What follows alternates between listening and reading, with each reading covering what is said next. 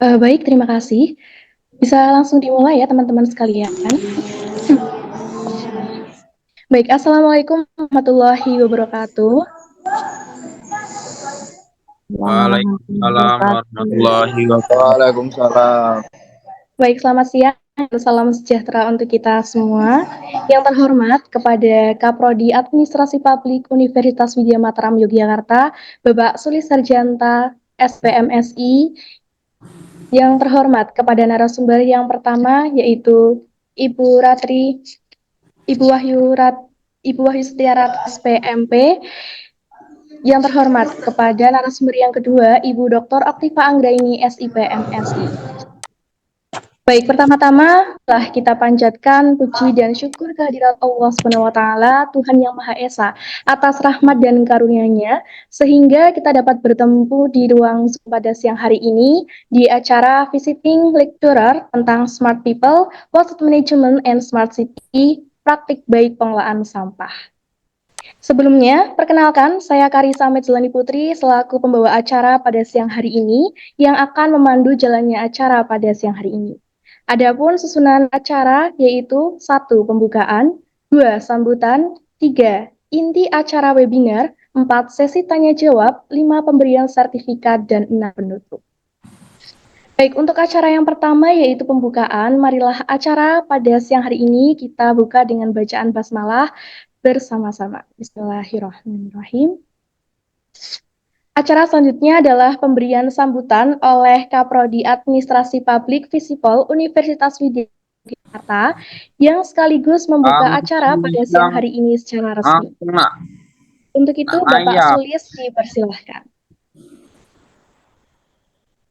Karisa, tapi sebelumnya apakah suara saya cukup jelas, Karisa? Ya, Pak, cukup jelas kok. Oke. Ya, baik yang saya hormati Ibu Dr. Oktiva Anggraini sebagai peneliti sekaligus dosen Prodi Administrasi Visipol Universitas Widya Mataram. Yang saya hormati Ibu Wahyu Setiaratri, SPMP, penggerak, ya, aktivis peduli sampah, sekaligus dosen Fakultas Pertanian Universitas Sarjana Wiyata Taman Siswa. Kemudian yang saya hormati juga para dosen yang barangkali hadir dalam kesempatan siang hari ini, yang membanggakan para mahasiswa peserta webinar pada siang hari ini, gitu ya. Nah, pertama-tama saya memberikan penghargaan ya kepada seluruh pihak yang terlibat dalam kegiatan ini, baik kampus-kampus yang memprakarsai gitu ya, dan juga seluruh panitia yang terlibat. Nah, tak lupa Bapak Ibu dan teman-teman sekalian, saya mengucapkan juga selamat menjalankan ibadah puasa bagi yang menjalankan gitu ya. Nah, puasa kita insya Allah akan semakin pahalanya akan lebih lengkap lagi dengan mengikuti kajian webinar pada siang hari ini gitu ya. Nah, Bapak Ibu sekalian, tema ya atau judul yang diangkat adalah persoalan sampah. Nah, sampah di Jogja menjadi isu sekaligus menjadi masalah publik gitu ya. Nah, hampir setiap hari Bapak Ibu sekalian dan teman-teman ya, saya menemukan fenomena ya yang mungkin tidak saya temui di tempat lain gitu ya. Sejauh ini saya temukan di Jogja ya. Nah, tiap hari itu ya saya melihat Recording in progress. antrian penduduk ya, warga di dekat pasar ya, Bapak Ibu dan teman-teman mungkin pernah melintas ya. Jadi setiap hari itu ada antrian penduduk gitu ya. Saya pikir apakah mereka antri itu program kan siang gratis gitu ya. Tapi sepertinya tidak gitu ya. 110. Oke, kemudian ternyata mereka antri untuk ini ya, untuk membuang sampah di tempat pembuangan sementara. Nah, Bapak Ibu sekalian, mohon maaf saya punya pengalaman empirik ya. Saya pernah tinggal di Bekasi cukup lama, di Kota Bekasi gitu ya. Nah, Kota Bekasi itu sebuah kota metropolitan ya, yang lebih kompleks ya permasalahannya dibanding Jogja gitu ya.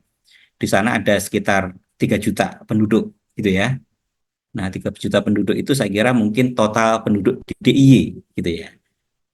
Kemudian setiap hari di Kota Bekasi itu memproduksi 2.000 ton sampah gitu ya, setiap hari gitu.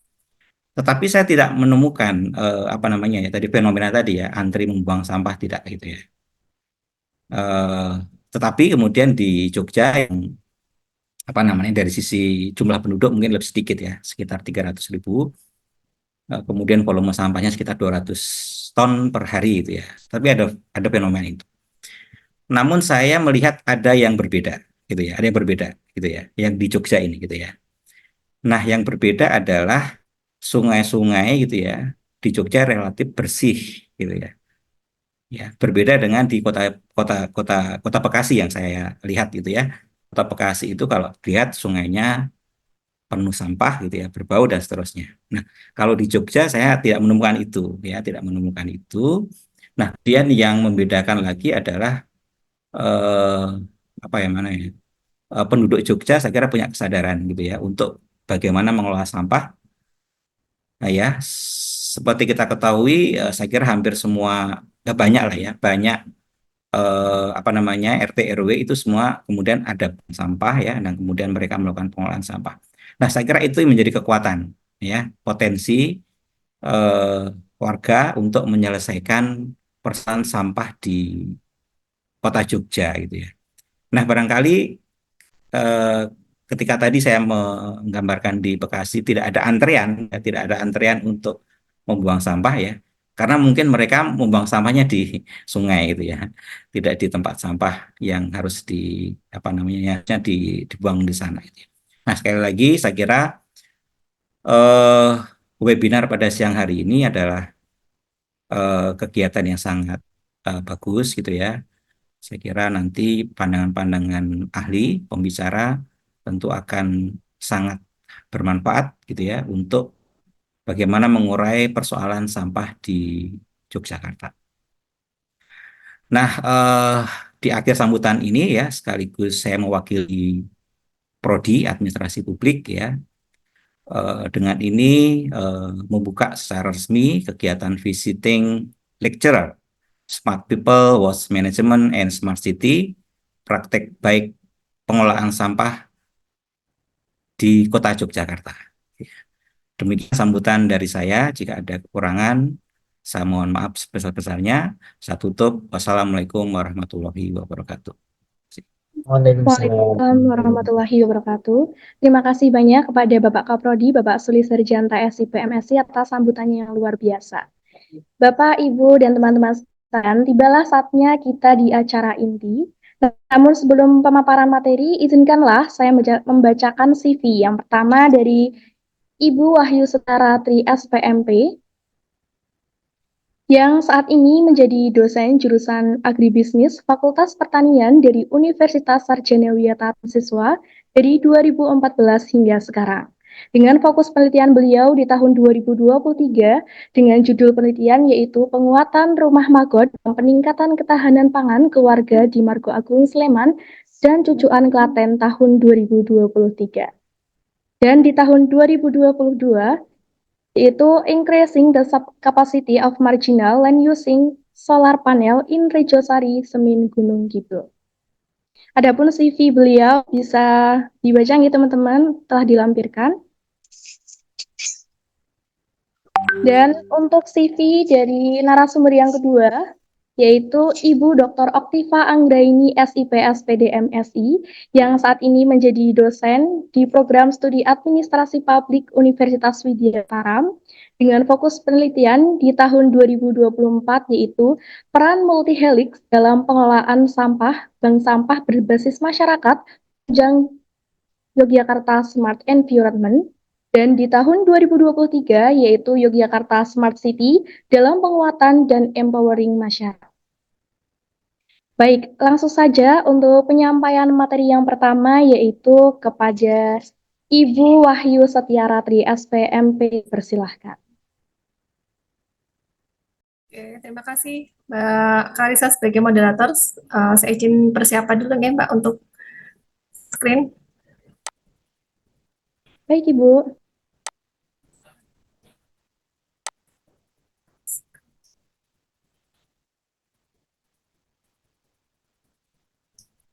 Apakah screen saya sudah kelihatan Mbak atau saya perlu perbesar ya? Screen saya sudah kelihatan Mbak. Sudah, Bu. Namun, apakah bisa diperbesar lagi, Bu? Nah, ini saya lagi mencoba.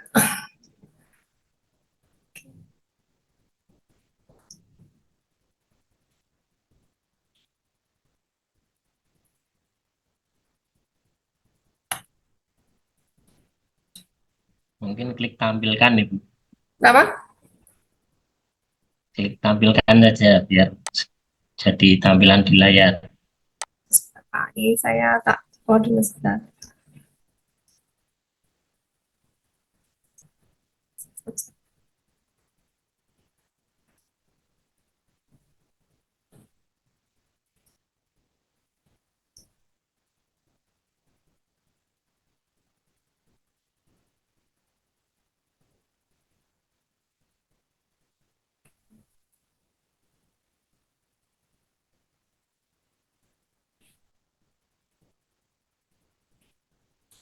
Ya, apakah layar saya sudah kelihatan Bapak Ibu? Apakah Sudah, saya kelihatan? Oke. sudah. Ya, terima kasih. Sudah. Oke, terima kasih. Selamat siang Bapak, Ibu semuanya dan teman-teman dari Universitas Widya Mataram dan Universitas Sarjana Wiyata Mahasiswa. Saya akan mencoba untuk memaparkan satu materi yang benar-benar buat saya itu menjadi satu pokok yang tadi menyambung dengan Bapak Kaprodi, bahwa sampah itu sebenarnya bukan masalah, tapi sampah itu cuan. Kenapa sampah itu cuan? Karena sampah itu menjadi satu permasalahan. Ya, permasalahannya apa? Ditutupnya TPA tahun 2023. Dan isunya hari ini, bulan ini itu TPA Piungas sudah ditutup. Saya kurang tahu apakah itu benar apa tidak, tapi saya mencoba untuk merefleksi apa sih kesiapan kita terhadap penutupan sampah itu. Ya, sementara di dalam permasalahan sampah itu ada Perda Nomor 1 Tahun 2022 tentang pengelolaan sampah, terutama pasal 14A, 14B, 14C tentang cara pengelolaan sampah baik pemisahan maupun dalam prosesi mengolah sampah itu menjadi sesuatu yang berharga.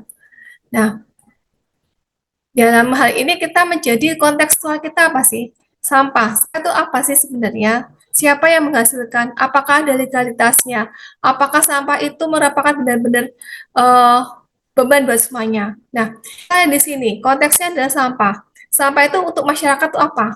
Banyak masyarakat yang saya mendampingi beberapa kelompok masyarakat yang menganggap bahwa sampah itu, aduh, kayaknya deh kita nggak usah dia ngelola sampah, sudah ada tukang sampahnya, sudah ada orang-orang yang mengolah sampah sendiri. Tapi sebenarnya kita melupakan bahwa di dalam masa ini ada satu kelompok yang kita bisa berdayakan. Siapa? Kelompok-kelompok masyarakat yang termarginalkan, kelompok-kelompok masyarakat yang belum tahu, belum mengerti tentang sebagaimana pengelolaan sampah.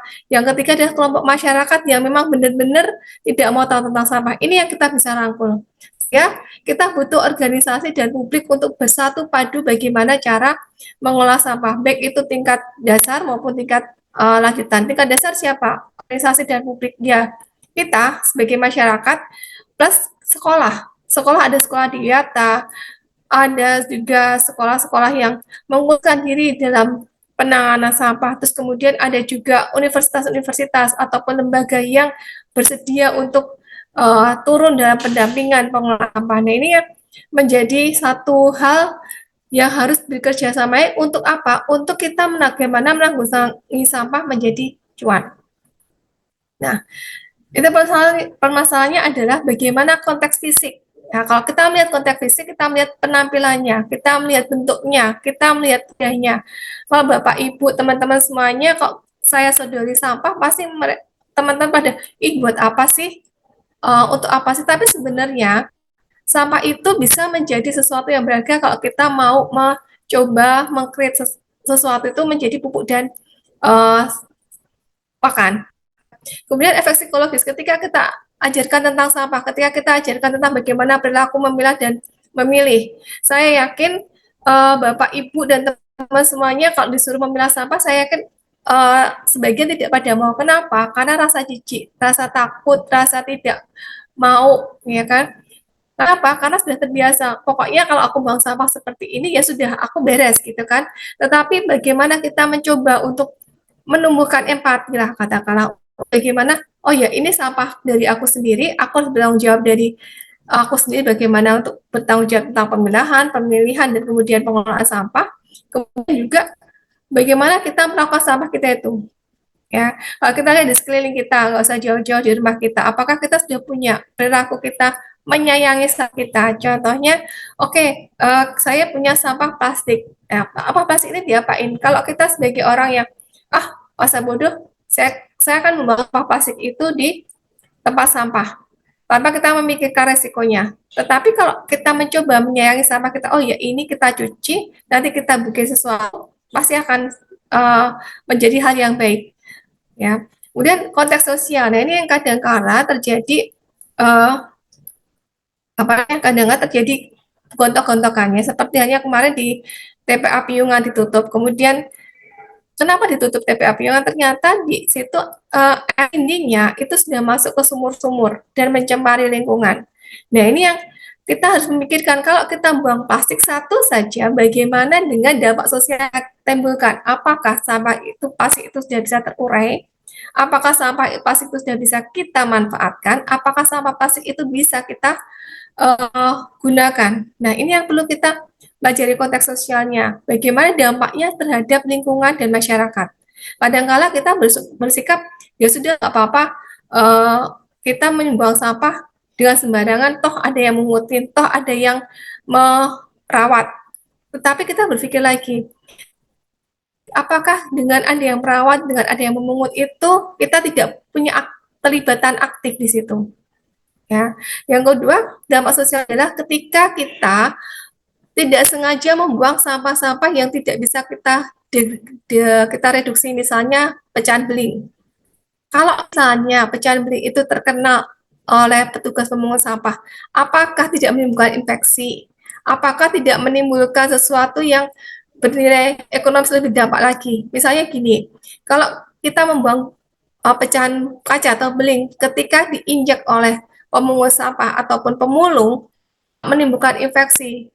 Bagaimana? Kalau dia meninggal, bagaimana kalau dia sebagai kepala keluarga? Ini ada beberapa kasus seperti yang saya lupa daerah mana, ketika seorang pemulung atau pembuang sampah itu ternyata dia tertusuk oleh tusuk sate, akhirnya beliau meninggal. Nah ini yang kita pikirkan juga, apakah hasil yang sebenarnya bisa kita kelola menjadi sesuatu yang punya dampak yang luas lagi. Kemudian konteks waktu, kita ketahui Bapak, Ibu, dan teman-teman semuanya, kalau sampah plastik itu perlu waktu sekitar 10 sampai ratusan tahun untuk bisa terurai. Nah, bagaimana kita mengurangi sampah plastik? Bagaimana kita juga mengurai sampah yang tidak plastik, misalnya sampah organik, ya. Apakah kita mau untuk mengolah sampah organik menjadi pupuk misalnya? Ya, dengan ember tumpuk, dengan misalnya dengan ember tumpuk ataupun biopon di maggot, ya, sehingga kita bisa bisa mengurangi atau kita bisa menambah nilai dari sampah tersebut. Atau misalnya gini, Bapak Ibu semuanya, permasalahan kita hari ini apa sih? Oh, ternyata tidak ada ruangan lagi untuk buang sampah. Bagaimana kita meminimalkan sampah? Misalnya kita itu menggunakan tumbler, menggunakan tempat makan sendiri yang kita bisa tidak mengeluarkan sampah lagi. Ya, tapi bagaimana Bu kalau misalnya kita misalnya beli makanan di terlanjur ada plastiknya, nah, maka plastik tersebut kita coba untuk cuci dan kita mencoba untuk menyimpannya, kemudian kita serahkan kepada pihak-pihak yang kira-kira bisa merecycle ulang. Di Jogja juga banyak ternyata Bapak Ibu yang bisa merecycle ulang, contohnya adalah daur ulang. kemudian contohnya rapel, ya itu yang bisa kita gunakan sehingga kontekstual kita waktu yang kita gunakan untuk memilah sampah bisa efektif, menguraikan sampah bisa efektif. Yang kedua, kita juga tidak membuat bom waktu gara-gara sampah tersebut. Dan yang terakhir, nah ini yang kita monggo menjadi perenungan kita, ya. Apakah kita punya sikap yang seperti ini, memilah, memilih, ya. Sampah ternyata bisa loh jadi cuan, ya. Seperti tadi saya jadi awal, gimana gimana caranya? Sampah organik kita gunakan ya atau larut BSF sehingga menjadi POC dan kasbot. POC ini sudah kami uji di beberapa tempat ternyata mampu menumbuhkan buah itu tidak pada waktunya. Yang kedua, mampu menguatkan akar. Kasbot yang kita gunakan itu bisa sebagai media tanam. Jadi misalnya Bapak Ibu atau teman-teman males gitu kan, ya sudah kita menggunakan kasbotnya ini sebagai media tanam buat tanaman kita. Kalau misalnya menggunakan BSF mungkin Bapak Ibu dan teman-teman geli ya, lihat di sini ada belatung ya, di sini ada belatungnya. Mungkin Bapak Ibu dan teman-teman, aduh Mbak kayak aduh Bu kayaknya ngeri banget nih kalau ada belatung. Bagaimana? Oke, pakai di komposter. Pakai Talkakura, yaitu dengan sampah dari koran, dari karton, kemudian kita tumpuk dengan limbah-limbah kita, misalnya dari limbah makanan kita, kemudian kita tumpuk lagi dengan daun-daunan, kita tumpuk lagi dengan koran dan sebagainya, sehingga nanti seminggu kita dengan EM4 nanti akan menjadi pupuk kompos sendiri. Bahannya susah enggak? Enggak, kita menggunakan bagor. Ya. Kemudian next.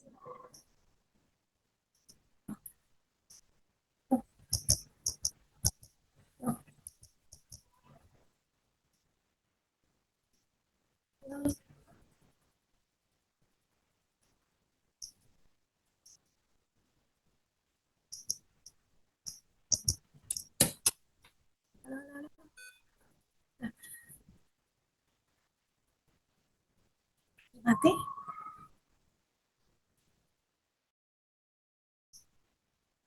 Halo?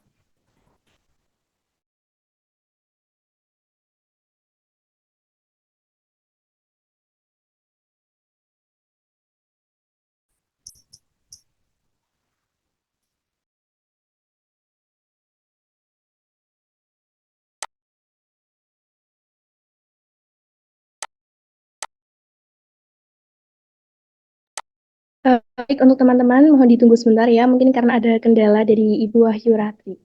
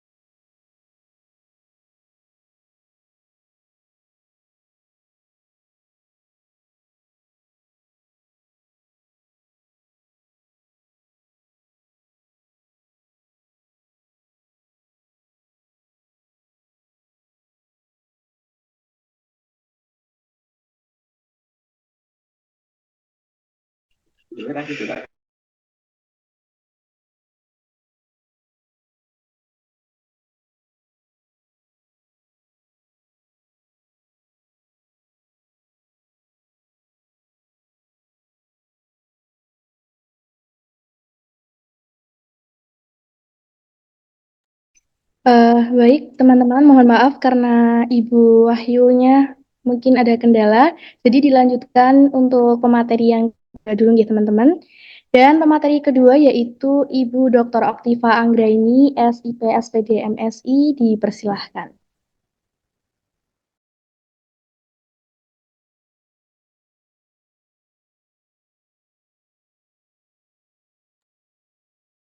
Baik, Assalamualaikum warahmatullahi wabarakatuh. Salam sejahtera untuk kita semua. Terima kasih Mbak Marisa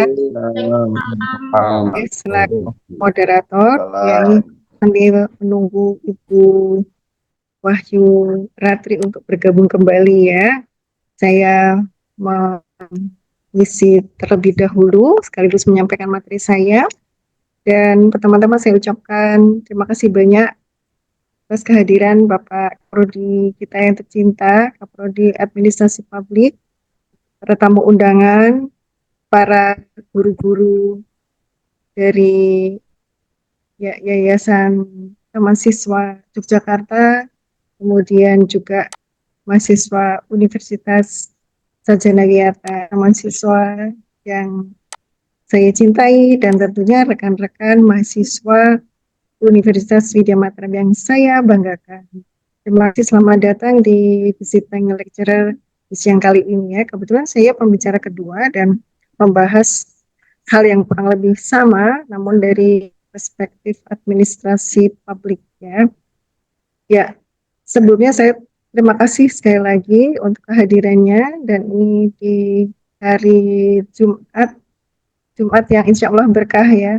Jadi sejarah panjang kita, Bapak Ibu dan rekan-rekan semuanya, untuk lebih mengindahkan amalan ibadah puasa kita di hari ini, insya Allah. Baik, izinkan saya untuk sharing screen bisa ya?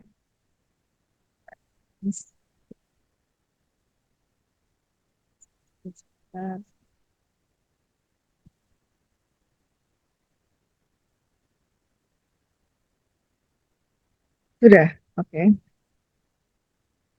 Baik. Ya,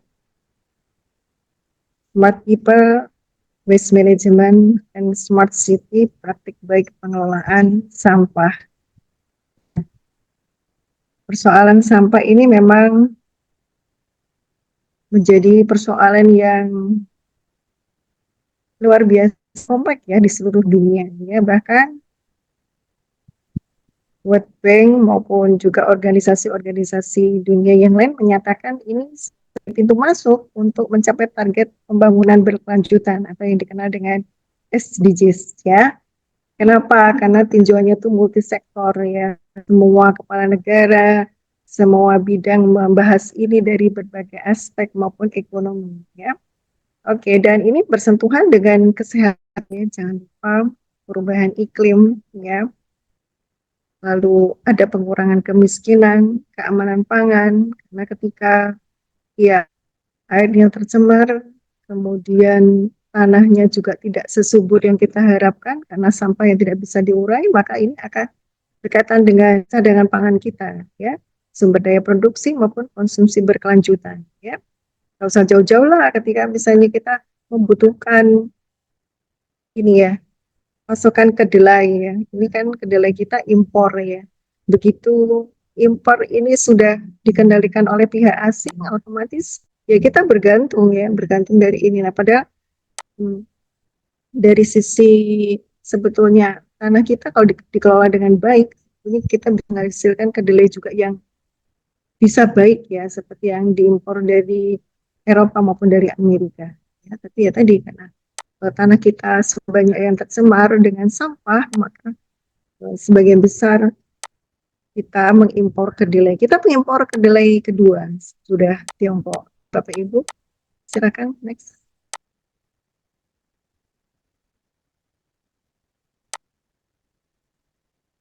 Berikutnya.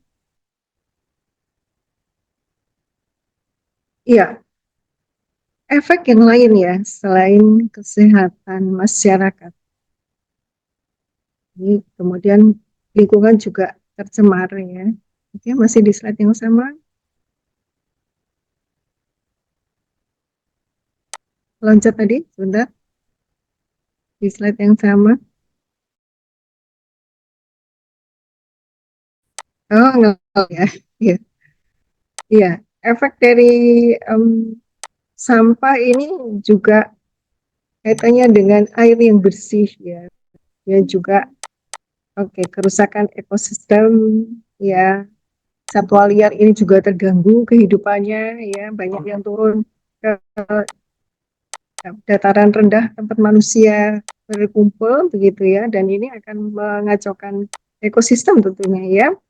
Oke, bedanya nih teman-teman sekalian, Bapak Ibu ya, sampah perkotaan ini agak lebih rumit begitu ya, karena sekali lagi tinggal di tempat yang rata-rata penduduknya urban, kemudian datang dari banyak tempat begitu ya, yang terjadi adalah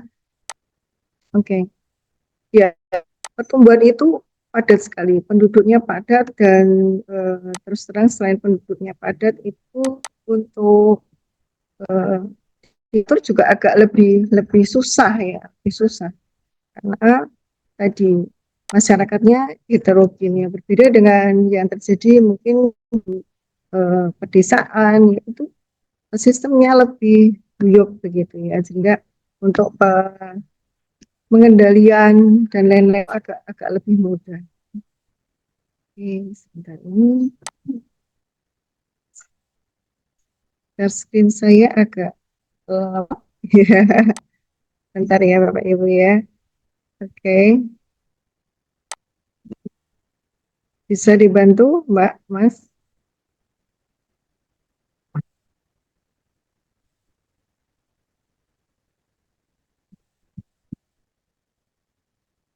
Udah? Oke, mungkin pakai ini aja ya. Ya, agak agak lebih mudah. Sambil ya? Sudah? Ya. Oke, katanya mesti holistik ya, karena industri ada di situ. Jadi bukan hanya produk biasa, industri ada di situ, dan biasanya pemerintah ini punya target ya terhadap kemajuan industri, ya, pendapatan industri. Nah, di sisi lain amdalnya ini kadang-kadang diabaikan, ya, diabaikan sehingga kemudian muncullah efek sampah yang non organik maupun yang organik. Ya. Nah, berikutnya lagi bahwa ya pengolahan sampah berkelanjutan, sekali lagi ini PR kita bersama ya, PR dunia. Hampir semua kota-kota besar termasuk Jogja yang dipetakan jadi smart city ya. Kan 5 tahun terakhir ini Indonesia memetakan kota-kota besar menjadi smart city ya. Cirinya apa? Ya, cirinya fasilitasnya memenuhi, kemudian lingkungan terjaga, berkesinambungan ya, juga nyaman tinggal itu ya. Lalu dibantu dengan digitalisasi, itu kira-kira cirinya ya. Nah, sementara nih ini Jogja juga punya problem ini ya. Tadi disebutkan Bu Ayu tentang TPA Bungan ya. Mau penuh nih, ini data ya terakhir-terakhir lah ya, 260 ton per hari loh Jogja ya, Jogja ini, dan 40%-nya anorganik ya. Lalu yang ada data Jogja ini, data terakhir juga menunjukkan sampah rumah tangga itu 35% Bapak Ibu sekalian ya. Dan Jogja kota 2 di antara sekian Pemkab itu yang sampahnya terbanyak begitu ya. Padahal di kota ini dikenal dengan kota wisata ya. Sudah tidak terlalu luas ya, tidak punya pantai. Nah, ini kan repot juga ya.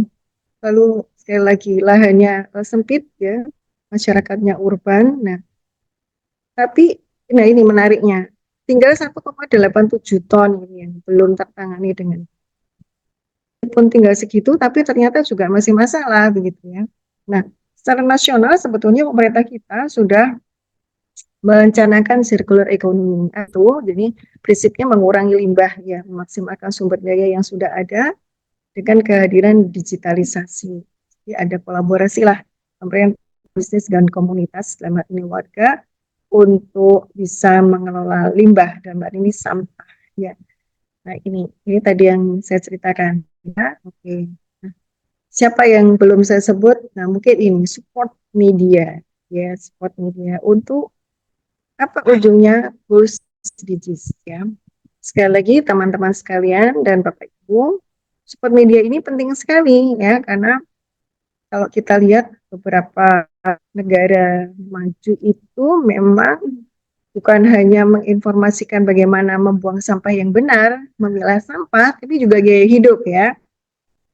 Gaya hidup menjadi lebih simpel, misalnya ya Maya, lebaran tuh tidak harus baju baru gitu ya, pakai aja baju yang ada, atau jumlah baju kita itu dicukupkan sekian aja lah, sekian lemari gitu. Oh, sekian lemari enggak ya, artinya sekian potong saja lah begitu ya, sehingga kita simpel, bersikap simpel, dan tadi ya lebih ke arah berkelanjutan ya.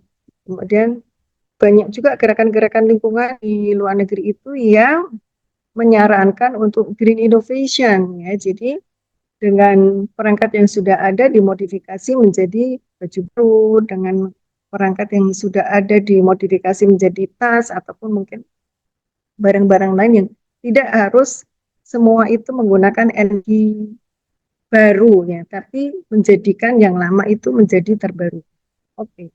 Sedikit berbicara teori, nah ini bentuk-bentuk tata kelola kemudian kemitraan publik yang sebetulnya sudah dulu sih ya, kalau mungkin Bapak Ibu sekalian mempelajari tentang administrasi negara yang sekarang administrasi publik ya. Untuk kemitraan itu macam-macam ya, mulai dari pemangku kepentingannya saja begitu ya di level pemerintah. Kemudian publik dengan swasta begitu ya.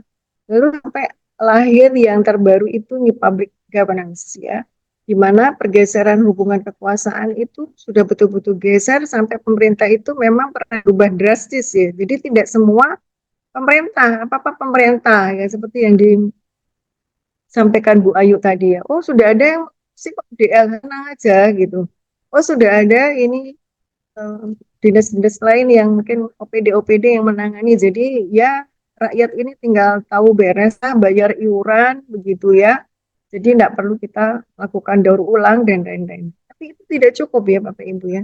Ternyata tidak cukup. Jadi pemerintah kita memang harus kita bantu ya dengan peran serta kita. Oke.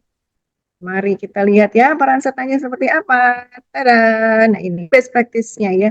Mungkin Bapak Ibu sudah pernah melihat video-video viral dari pemerintah Banyumas yang juga berhasil. Lalu di Solo itu juga bagus ya penanganan sampahnya. Nah, ini best practice yang lain. Best practice yang lain itu yang dilakukan oleh perusahaan-perusahaan swasta begitu ya. Jadi mereka menanganinya lewat aplikasi ya, menangani lewat aplikasi. Anda boleh setor sampahnya lewat ini, mulai dari sampah elektronik, sampah rumah tangga, sampah barang-barang yang tidak terpakai lainnya di rumah begitu ya, dengan berbagai bentuknya sudah dipilah dulu tentunya ya. Nah, ada fakta menarik ini Bapak Ibu sekalian. Oke, ini fakta menariknya ya, fakta menariknya bahwa 81% masyarakat sudah mulai tertarik ini ya dengan gerakan-gerakan seperti ini ya, kalau lewat aplikasi gitu ya. Lalu gerakan yang diikuti mereka tuh apa? Misalnya nonton video daur ulang sampah. Ya nonton dulu kan nggak apa-apa ya. Nanti kan lama-lama juga dia pengen bergerak begitu ya. Suka gitu ya. Nah, mereka juga mulai melakukan edukasi nih di sekitarnya ya. Mulai ke anak-anak, keluarga gitu. Lalu mulai pembuatan bank sampah ya. Dari tingkat RT, masjid, di gereja. Mereka melakukan itu ya. Nah, motivasinya macam-macam. Ada yang pengen ya tambah saudara, teman ya, di situ ada networking baru kan, sering ya temannya banyak ya, sama-sama jalan gitu cari sampah gitu, dan akhirnya mereka bertemu dengan orang-orang baru, itu membahagiakan ya untuk orang-orang ya. Dan ya ini kalau Anda belajar tentang psikologi sosial pasti tahu ya, ternyata nih bahwa orang berbuat itu, melakukan sesuatu tindakan baik itu karena pengaruh orang lain gitu, karena orang lain itu juga merasa happy dengan itu. Nah, dan ini mereka mudah berbagi informasi di situ ya, minatnya sama atau diajak teman. Menarik lagi adalah kegiatan pengelolaan sampah dengan brand-brand tertentu itu gitu ya. Itu ternyata 74% respondennya itu mengatakan karena ini memberikan pengalaman baru ya. Mungkin teman-teman Bapak Ibu senang ya kalau ada sesuatu yang baru ya. Seperti kalau inilah Bapak Ibu belanja online. Nah, yang ini mah mengelola sampah dengan online ya. Jadi sesuatu yang baru tuh kayaknya excited banget gitu ya. Jadi mereka senang ya. Ini satu hal yang patut kita syukuri bersama ya Bapak Ibu sekalian. Nah, sekarang kita yuk ke Jogja. Kita lihat Jogja. Kenapa sih kok Jogja gitu ya? Kenapa Ibu harus bisa Jogja? Saudara, kita penting banget tahu bahwa kampus dan sekolah itu adalah potensi kita. Potensi dan sekaligus agen bangun ya. Boleh sih dari sisi geografis kita lebih kecil dari Jawa Tengah, tapi potensi sekolah dan kampusnya itu gede banget loh dan keren dosennya ya. Oke. Nah, terus juga perusahaannya. Oke, mungkin dibilang dari Jawa Tengah itu mungkin kita sampai rebutan SGM ya. Nggak punya pabrik rokok kecuali rokok yang kecil. Iya, memang betul. Tapi UMKM-nya ini banyak sekali ribuan. Dan ini adalah potensi ya, yang bisa kita gandeng bareng-bareng. Yuk, olah sampah yuk. Sampah Anda ini jangan dibuang sembarangan. Misalnya yang jalan di sepanjang trotoar Malioboro itu agar tidak membuang air cuciannya itu sembarangan ya, karena itu dibuang itu aspal itu mudah sekali rusak gitu ya. Ini kan yang tidak diketahui ya. Mereka pikirnya kan nggak apa-apa, saya sudah bayar tebusi kok, saya sudah bayar premannya kok gitu. Jadi sampai itu bukan tanggung jawab saya. Oh nggak bisa ya. Kita mari lihat Solo.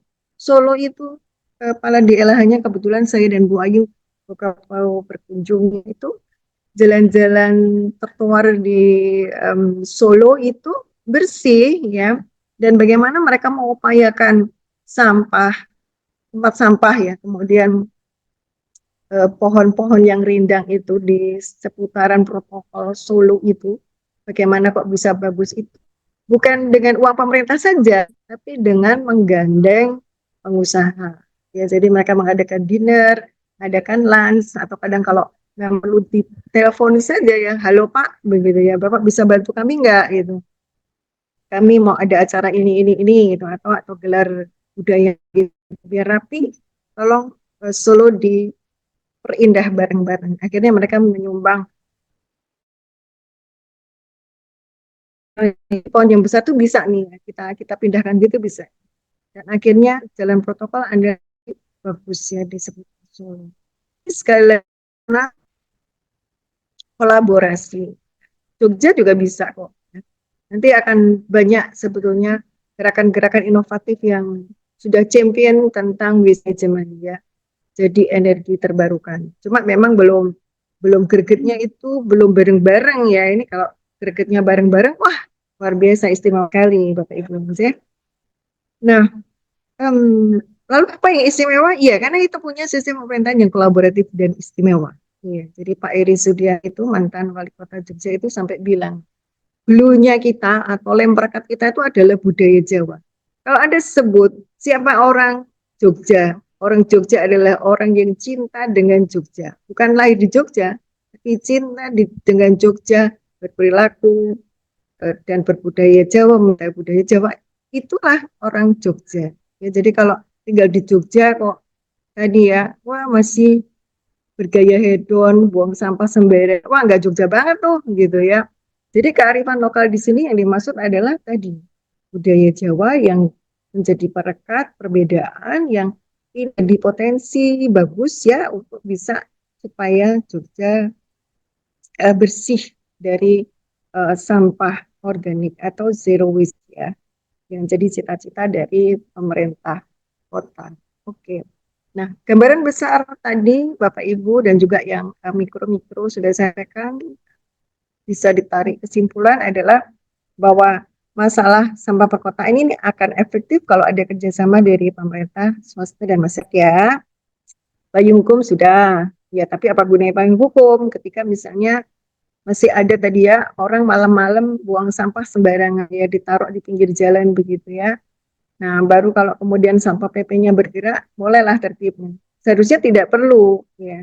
Seharusnya karena kearifan lokal ini ya, ini saya sedikit membandingkan dengan Bali. Kenapa Bali itu tidak harus dengan ya perangkat yang harus sangat strict sekali ya? Karena memang mereka sudah menjadikan bersih atau menjadikan cinta lingkungan itu bagian dari gaya hidupnya mereka. Sehingga tidak heran kalau satwa-satwa tertentu seperti kera itu mereka akrab jalan-jalan di apa pojok desa itu tidak payah karena memang mereka tidak mengganggu ya. Jadi sudah ada pertalian yang luar biasa ya antara apa komunitas dengan komunitas warna yang ada di situ ya meskipun juga tetap dijaga. Jadi artinya payung hukum itu hanya sebuah alat sebetulnya. Jadi bukan satu-satunya untuk bisa sampah perkotaan itu.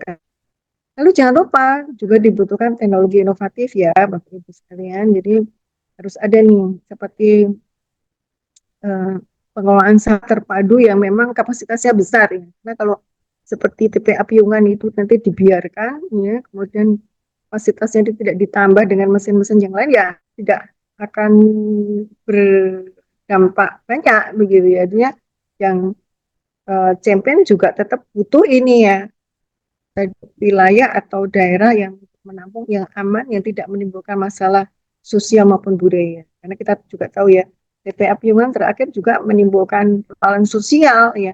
Kalau dulunya sih memang tidak ada Bapak Ibu ya karena memang itu daerahnya itu jauh ya. Tapi dengan bertambahnya waktu, bertambahnya penduduk, maka yang terjadi adalah ya muncul masalah-masalah. Oke. Biar tidak muncul masalah baru.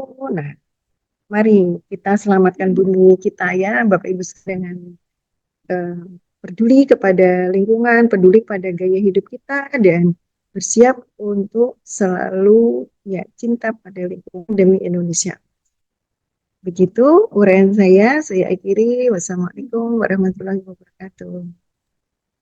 Waalaikumsalam warahmatullahi wabarakatuh. Terima kasih banyak kepada Ibu Dr. Afifah atas materi yang sangat luar biasa ini ya Bu.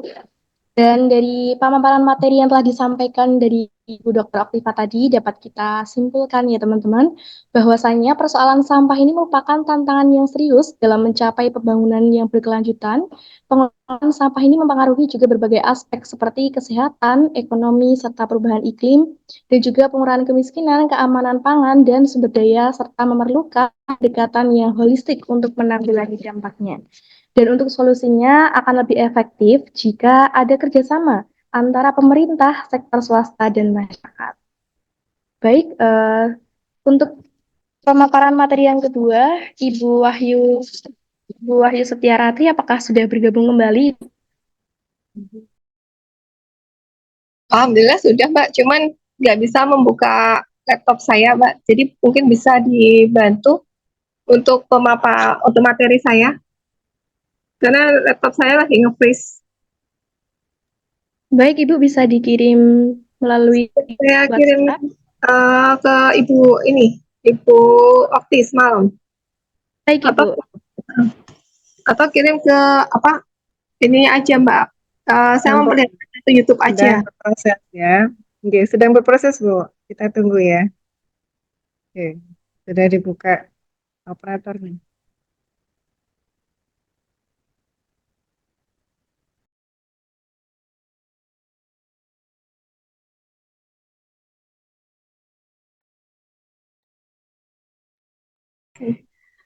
Terima kasih Bu Okti. Kita lanjut ke materi yang terakhir. Ya mungkin mohon maaf tadi ternyata laptop saya nge-freeze ya Bapak Ibu semuanya.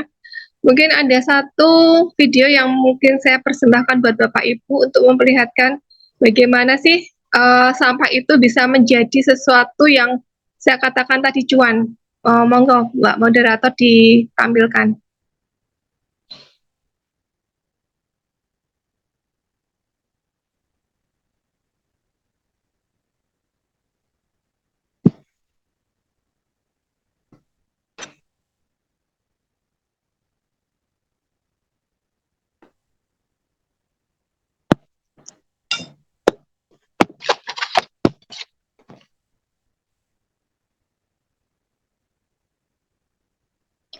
Oke, sambil saya jelaskan itu kita mencoba di Sayegan itu membudidayakan maggot melalui pengolahan sampah menggunakan limbah tahu cair dan kemudian SOD. Nah, ini kita mencoba untuk membuat prosesnya. Apakah suara saya kedengaran, Bapak Ibu, teman-teman semuanya? Terdengar, Iya. Ibu? Ya, oke, bisa dilanjutkan Mbak itu slide-nya videonya bisa dilanjutkan. Oke, itu kemudian kita mencoba mengolah menggunakan tadi medianya adalah limbah tahu cair, kemudian SOD atau sampah organik dapur yang ada di dalam masyarakat. Kemudian kita menggunakan biopon yang ada di sana, sehingga kita menghasilkan pakan yaitu maggot dan kemudian sisa dari metabolisme tadi menjadi asbot. Nah, Bapak Ibu semuanya, apakah harus menggunakan biopon dalam bentuk yang besar seperti itu? Tidak. Tadi saya sempat menyinggung keranjang takakura. Saya sempat menyinggung ember tumpuk. Nah, penggunaan ember tumpuk dan keranjang takakura itu sama prinsipnya seperti biopon, hanya saja bentuknya kecil. Nah, tadi saya sempat mendengar Bu Okti mengatakan bahwa Jogja itu istimewa orangnya. Jadi istimewa itu kita bisa mengolah sampah kita yang organik menjadi pupuk dan pakan yang bisa kita gunakan untuk pakan, terutama untuk pakan ikan dan pakan ternak. Sehingga ternaknya kita nggak usah membeli dari luar. Saya juga prihatin ya sebagai orang pertanian, kenapa sih kita pertaniannya nggak maju-maju? Ternyata hampir 70% itu kita itu tergantung dari pupuk dari kimia. Yang kimia itu merupakan dari luar negeri. Nah, kalau kita tergantung dari luar negeri terus tanpa kita bisa mereduksi dari dalam negeri, apa gunanya kita ada di sini? Ya, tadi Bu Okti mengatakan bahwa Jogja seistimewa orangnya, berarti kita mampu dong mengolah sampah kita yang organik menjadi sesuatu yang barang berharga. Nah, pertanyaan selanjutnya adalah kalau itu sudah kita olah menjadi pagot dan kemudian pupuk, apakah itu tidak bisa kita jual? Bisa. Bapak Ibu semuanya, kalau Bapak Ibu kalau disayakan mungkin sudah tarafnya sudah komersil ya, tapi yang semi komersil nanti Bapak Ibu bisa mengunjungi di Bunyarejo. Kami sedang membuka shelter di sana, mengolah sampah organik masyarakat, sampah benar-benar sampah organik dari masyarakat dengan menggunakan maggot untuk menjadi pakan ikan dan pakan ayam. Nanti Bapak Ibu belajar bagaimana sih mengolah itu, kemudian bagaimana sih pupuknya kemarin kita coba untuk digunakan sebagai pupuk dari tanaman edamame, kemudian tanaman cabai, kemudian tanaman koro pedang. Hasilnya adalah ketiga tanaman itu bisa produksi sebelum waktunya. Kalau edamame 70 hari, kemarin kita gunakan kaskot itu bisa 60 sampai 65 kurang lebih di 65 hari untuk kita bisa panen, dan hasilnya dalam luasan yang 150 kalau nggak salah itu bisa menghasilkan 15 kilo. Coba bayangkan Bapak Ibu, kalau kita bisa menggunakan kaskotnya itu untuk tanaman padi kita atau untuk tanaman hortikultura kita, apa yang terjadi? Ya, saya yakin kalau tanah-tanah di Indonesia kita gunakan pupuk, mungkin dalam waktu singkat itu belum menghasilkan produksi yang banyak. Tetapi saya yakin, saya juga mencoba di tanah pertanian saya yang juga kebetulan terdegradasi dan menggunakan pupuk POC, ternyata bisa menghasilkan produk yang memenuhi kualitas. Tetapi kalau produktivitas kita mulai kurang. Karena apa? Karena produksi saya dibandingkan dengan produksi yang pupuk kimia itu lebih kecil daripada itu. Tetapi ketika kita membandingkan kualitas kita lebih bagus lagi. Nah, harapan saya ketika Bapak Ibu dan teman-teman semua mengikuti ini, bagaimana kita mengubah kontekstual dari paradigma lama yang kita hanya menggantungkan pada pemerintah, pada orang-orang, tetapi kita bisa dong mulai dari diri kita sendiri untuk aware terhadap lingkungan, ya, menghargai lingkungan, kemudian kita bisa dong untuk kita meng-create lingkungan kita menjadi lebih bersih lagi. Mungkin kita tidak bisa skala usaha, tetapi kita bisa kok menggunakan itu ketahanan pangan kita sendiri. Misalnya memelihara ikan, memelihara ayam, kemudian memelihara sayuran. Nah, kita mungkin kalau lagi capek, lagi kesel, lagi nggak bisa mager kemana-mana, kita bisa petik itu buat yang lain-lain. Mungkin itu saja Bapak, Ibu, dan teman-teman semuanya. Yang penting saya garis bawahi di sini adalah Jogja itu istimewa. Komunikasi kita harus kita tingkatkan. Komunikasi kepada siapa? Kepada masyarakat, kepada lingkungan, supaya nanti apa? Supaya insya Allah nanti kalau kita niat yang mulai dari awal kita bisa aware terhadap lingkungan, nanti lingkungannya akan jadi lingkungan yang bersih lagi, seperti halnya ketika kita kecil dulu, sungainya bersih, kemudian tanahnya subur. Kalau kata Kus Plus, tongkat kayu jadi batang jadi tongkat kayu atau apa itu, ya kolam susu dan sebagainya. Nah, itu kita mungkin bisa seperti itu. Mungkin itu saja Mbak Moderator, saya serahkan kembali ke Mbak Moderator. Terima kasih atas waktunya. Baik, terima kasih banyak kepada Ibu Wahyu atas materi yang luar biasa ini, Bu. Dan untuk teman-teman dapat disimpulkan dari materi yang telah dipaparkan beliau ini, bahwasanya sampah itu akan sangat berharga apabila kita bisa memanfaatkannya dengan benar dan dengan mempelajari bagaimana cara memilih sampah dan memanfaatkannya. Nah, justru itu, untuk pendaur ulang, justru itu akan sangat bermanfaat dan akan mengurangi resiko dampak dari sampah. Baik, untuk selanjutnya yaitu adalah sesi tanya jawab. Kepada teman-teman Bapak Ibu dipersilahkan untuk bertanya, bisa melalui raise hand ataupun melalui kolom chat. Dari 1 atau 2 bisa. Oh ya. Bapak Suranto kayaknya mau menunjukkan tangan.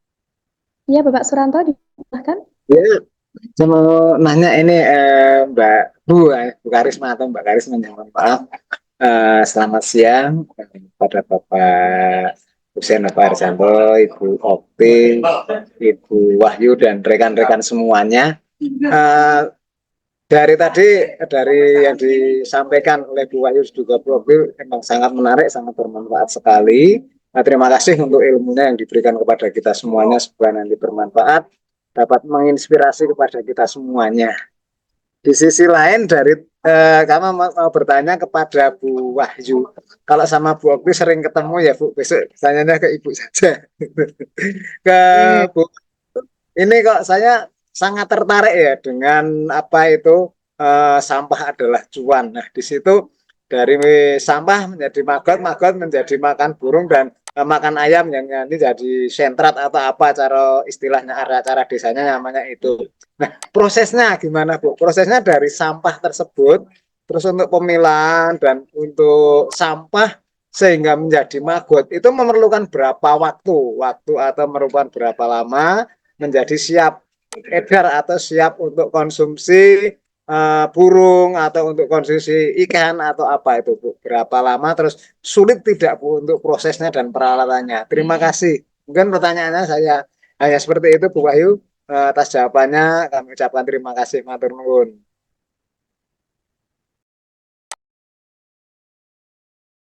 Waktu saya kembalikan kepada moderator Bu Karisma, monggo, matur nuwun. Baik, terima kasih banyak Pak Suranta. Langsung saja kepada Ibu Wahyu Setiarati, dipersilakan. Oke, matur nuwun Pak Suranto. Mohon maaf, Bapak dari mana ya? Dari Tepang. Kami dari Widya Mataram, Bu. Administrasi publik, siswanya Bu Okti sama Pak Harjanto. Saya juga sering ke sana, Pak. Mungkin kapan-kapan sama saya mau ajak Bapak ke Bunyarejo, Pak. Wah, siap, insya Allah. Kalau Bapak menanyakan peralatannya, ya kalau saya bilang peralatannya rongsok, Pak. Kayak saya bilang tadi, ember tumpuk itu dari ember cat yang ditumpuk, atau mungkin galon, Pak. Galon yang dibagi dua, kemudian di atasnya itu yang separohnya, di atasnya yang di bawahnya itu yang separohnya lagi dibalik, gitu kan. Nah, kemudian untuk waktunya itu dari nol, dari telur sampai dengan bisa dipanen itu kurang lebih 11 sampai 17 hari, Pak. Jadi sangat singkat sekali. Nah, itu kalau misalnya dipakai untuk pakan, itu kalau saya pribadi juga memelihara di rumah, itu saya mengambil itu sekitar 100 sampai 200 gram. Itu ayamnya sudah kenyang, Pak. Jadi saya pagi itu saya kasih makan itu, baru nanti sorenya kita kasih makan bekatul. Kenapa saya kasih makan bekatul? Karena di situ tuh tingginya hanya protein, kemudian lemak, sehingga karbohidratnya harus kita kejarkan. Gitu. Nah, untuk sulit tidaknya buat saya nih bangsa mager, Pak.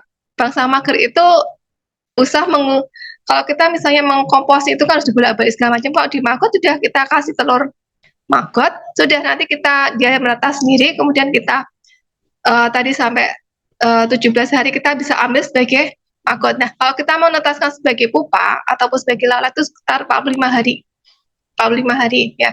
Kita mau bikin satu siklus ya kita 45 hari itu Pak, dari telur sampai dengan pupa. Nah, dari pupa sampai dengan lalat itu cuma 5 sampai 7 hari. Dan itu pun kalau sekali bertelur itu bisa 1 gram, 2 gram. Dan 1 gram itu bisa 3 kilo sampai 4 kilo. Bisa kita bayangkan, Pak, kalau kita memang benar-benar konsisten itu dengan menggunakan ember tumpuk itu udah cuannya luar biasa. Dari POC-nya itu bisa 300 sampai 400 per liternya. Kemudian pupanya, Pak, itu 50 per kilonya. Kemudian magotnya sendiri 10.000 per kilonya. Telurnya lebih mahal lagi, Pak, 25 per gram. Nah, kalau kita mau membudidayakan, mau panen di mana ya, monggo, mau panen yang pupanya saja bisa. Kemudian magotnya juga bisa, kemudian telurnya juga bisa. Nah, di Balai Bunya Rejo kita menggunakan semuanya. Jadi yang untuk kasgotnya kita gunakan untuk pupuk tanaman, yang magotnya kita jual lagi ke kelompok magot Jogja, kemudian yang pupanya kita tetaskan. Jadi kita punya satu siklus yang berputar gitu. Itu aja, Pak. Mungkin ada yang belum jelas, monggo Pak ditanyakan.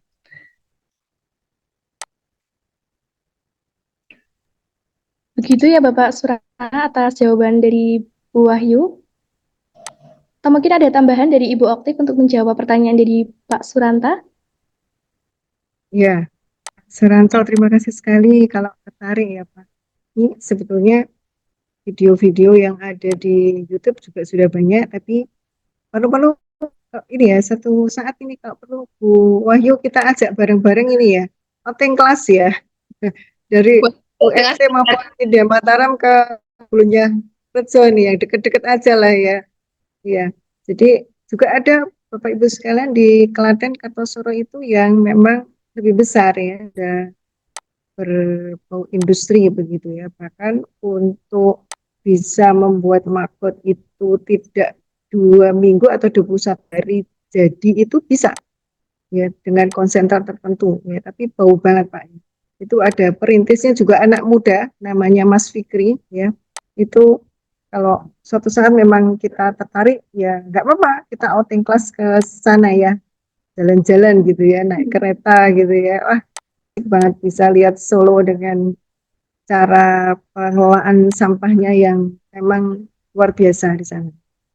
Itu mungkin tambahan dari saya. Sebetulnya YouTube kita itu banyak sekali cara-cara untuk bisa mendaur ulang dengan berbagai cara ya, tidak harus dengan teka kurang maupun ember tumpuk ya. Oh iya itu saja.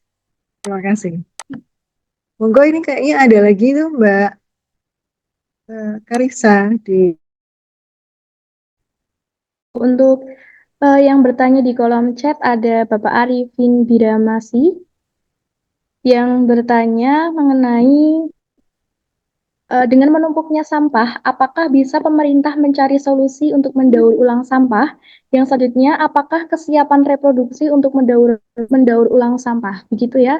Mungkin Bapak kepada Ibu Wahyu atau Ibu Oktif dipersilahkan untuk menjawab. Iya, Pak. Kalau pemerintah Yogyakarta sendiri kayaknya belum siap 100% ya. Tapi kalau pemerintah Solo sudah. Kemarin kita sudah coba di Solo itu ketemu dengan DLH tadi yang Bu Okti bilang bahwa sudah mencoba untuk mendaur ulang itu pakai mesin yang akhirnya keluarnya adalah energi listrik ya, pakai PLTA kalau nggak salah, PLTA kalau nggak PLTU, saya lupa itu. Nah, kalau di Yogyakarta kenapa belum siap? Pertanyaannya seperti itu ya. Balik lagi kepada sarana dan prasarana. Sebenarnya pemerintah kota Yogyakarta, pemerintah DIY itu sudah mencoba untuk mengakomodir ke sana. Cuman menjadi permasalahannya adalah antara kapasitas produksi dengan produksinya, lebih banyak produksinya. Ya, Yogyakarta kalau tidak salah DIY saja kota Yogyakarta aja 70 ton per hari. Bayangkan Bapak Ibu dan teman-teman semuanya itu sampah tok tanpa dipilah. Nah, kita bisa kan dari kita sendiri. Bagaimana kita bisa memilah dan memilih? Ya, kalau kita oke lah yang tidak bisa kita pilah, yang kita tidak bisa kita kelola sendiri, kita serahkan orang lain nggak apa-apa. Tapi yang bisa kita kelola sendiri, bisa kok kita kelola sendiri. Gitu. Nah, untuk sarana dan prasarananya kenapa belum siap ya nanti? Ini saya tidak tahu ya apakah memang tidak siap secara material, apakah karena tadi saya bilang bahwa produksi lebih besar daripada kapasitas. Nah, itu mungkin nanti kita bisa audisi dengan pemerintah kota Yogyakarta solusi apa yang terkait ya. Kalau dari saya sebagai seorang pendidik, kita harus bisa memilah dan memilih sampah sendiri, satu. Yang kedua, kita memberikan contoh, jangan nyampah di tempat kerja kita atau lingkungan kita. Misalnya kalau dosen, kalau kita tuh jangan sampai paperless, jangan sampai menggunakan kertas, kita silakan paperless. Kemudian kita beri contoh ke mahasiswa kita, bisa dong gunakan tumbler, kita bisa dong gunakan tempat makan sendiri gitu kan, supaya nanti dicontoh oleh teman-teman mahasiswa kita ataupun rekan-rekan sejawat kita. Terus yang ketiga, bisa dong kita gunakan sampah itu tidak hanya dari makanan saja, tapi juga untuk mengurangi reduksi emisi gas, kita bisa kok menggunakan transportasi publik. Ya, jadi dari kita sendirilah kita bisa untuk mencoba mengedukasi semuanya. Mungkin dari itu aja Mbak, dari saya, monggo Bu Okti. Bapak Ibu sekalian, sebetulnya inovasi-inovasi dari Pemkot Yogyakarta juga sudah cukup banyak ya, dengan nama-nama baru, misalnya mulai menggunakan ini ya, lahan yang ada di rumahnya untuk membuang sampah, ya, seperti ala nenek moyang kita dulu ya, jadi tidak dipasrahkan ke TPA lagi semua, tapi cukup dibuat pengkomposan di rumah. Mbak Dirjo atau apa itu ya. Kemudian terakhir saya dengar juga ada ribuan biopori dibagi ya, karena kebetulan saya penggerak sampah di kampung, sehingga saya mengikuti kiprah mereka gitu ya Bapak Ibu. Nah, ini yang menarik mungkin ya, yang perlu kita telah bersama adalah juga gaya hidup kita, Bapak Ibu. Kalau orang buka warung itu kan pakai gelas ya minumnya ya, gelas cangkir gitu ya. Nah, ini ada sebuah riset yang dilakukan Gajah Mada, tesis begitu saya baca, saya agak tergelitik juga ya. Rupanya industri kopi, industri minuman coklat yang sekarang ini sedang booming itu juga penyumbang begitu ya, penyumbang banyaknya sampah rumah tangga maupun sampah organik ya, karena sekali buang kan, ya sekarang bakso saja juga Anda tidak perlu pakai mangkok, jadi pakai mangkok kertas itu loh, bukan mangkok beling ya. Jadi, nah ini sebenarnya menyumbang sampah. Nah kalau bisa ketika Anda berusaha nanti bikin kafe atau bikin rumah makan, resto kecil-kecilan atau mungkin buka tenan gitu ya, pas acara kampus, nah gunakan deh inilah nampan atau bowl atau cangkir saja ya, seperti dulu dilakukan oleh ya pendahulu kita begitu ya. Jadi nggak usah dengan alasan keren kemudian kita atas nama keren lalu kemasannya itu sebetulnya adalah kemasan yang berpotensi nyampah gitu. Sehingga dengan cara-cara seperti itu sangat membantu sekali pemerintah kita. Itu Mbak Karissa, monggo dilanjutkan pertanyaan berikutnya. Baik, terima kasih untuk jawabnya Ibu Wahyu dan Ibu Oktif. Dan ini ada lagi Bu yang bertanya di kolom chat dari Ibu Nadila Wakano. Mohon izin bertanya, untuk sampah pecahan beling yang tadi sudah disampaikan oleh Ibu itu, bahwa kalau membuang sampah tersebut harus memikirkan keselamatan orang lain, dan pertanyaannya bagaimana cara kita mengurangi sampah beling tersebut agar tidak membahayakan orang lain, atau bagaimana cara membuang sampah tersebut agar tidak melukai orang lain, begitu Bu. Oke, terima kasih Bu. Siapa Mbak tadi? Ibu Nadila Wakano. Oke, Ibu Nadila, memang agak ribet ya Bu, kalau sampah beling, urusan sampah perbelingan gitu kan. Kalau saya, itu kalau udah ada gelas ataupun piring ataupun apa yang pecah, itu kalau saya tumbuk sampai halus dulu Bu. Emang agak ribet, saya tumbuk sampai halus, kemudian menggunakan black yang tidak tidak terpakai, kemudian kita tumbuk pakai alu sampai halus, kemudian serbunya itu kita tali sampai menggunakan kain sampai 3 lapis, kemudian baru kita buang. Nah, serpihan-serpihan itu kita harapkan untuk tidak bisa melukai pemulung ataupun pemungut sampah itu, karena kalau kita langsung dilempar ke sana itu kan ada bagian-bagian runcing itu yang berbahaya. Nah, ketika kita tumbuk menjadi serpihan itu tidak akan berbahaya. Nah, mungkin agak istimewa lagi juga kalau saya selain kita buang itu, kita memendam ke tanah. Emang mungkin itu sebagai polusi ya Bu, tetapi kita nggak punya solusi yang lain yang belum kita bisa mengolah itu menjadi satu barang lagi. Saya belum menemukan tempat untuk bagaimana pengolahan dari barang yang berupa beling tadi. Untuk sementara solusi saya ya ditumbuk sampai halus, kemudian kita buang, ataupun saya pendam di dalam tanah itu. Ya memang agak repotnya karena kita harus bekerja ekstra ketika menumbuk tadi sampai benar-benar halus gitu kan. Tetapi kalau kita membuang aja langsung seperti itu, nanti akan berakibat lebih fatal lagi. Mungkin itu aja Bu, jawaban dari saya. Karena saya belum menemukan tempat untuk bisa mereduksi lagi seperti itu. Pecahan beling tadi. Itu mungkin Mbak Karisa. Baik Ibu, terima kasih. Mungkin Ibu Okti mau menambahkan, dipersilahkan.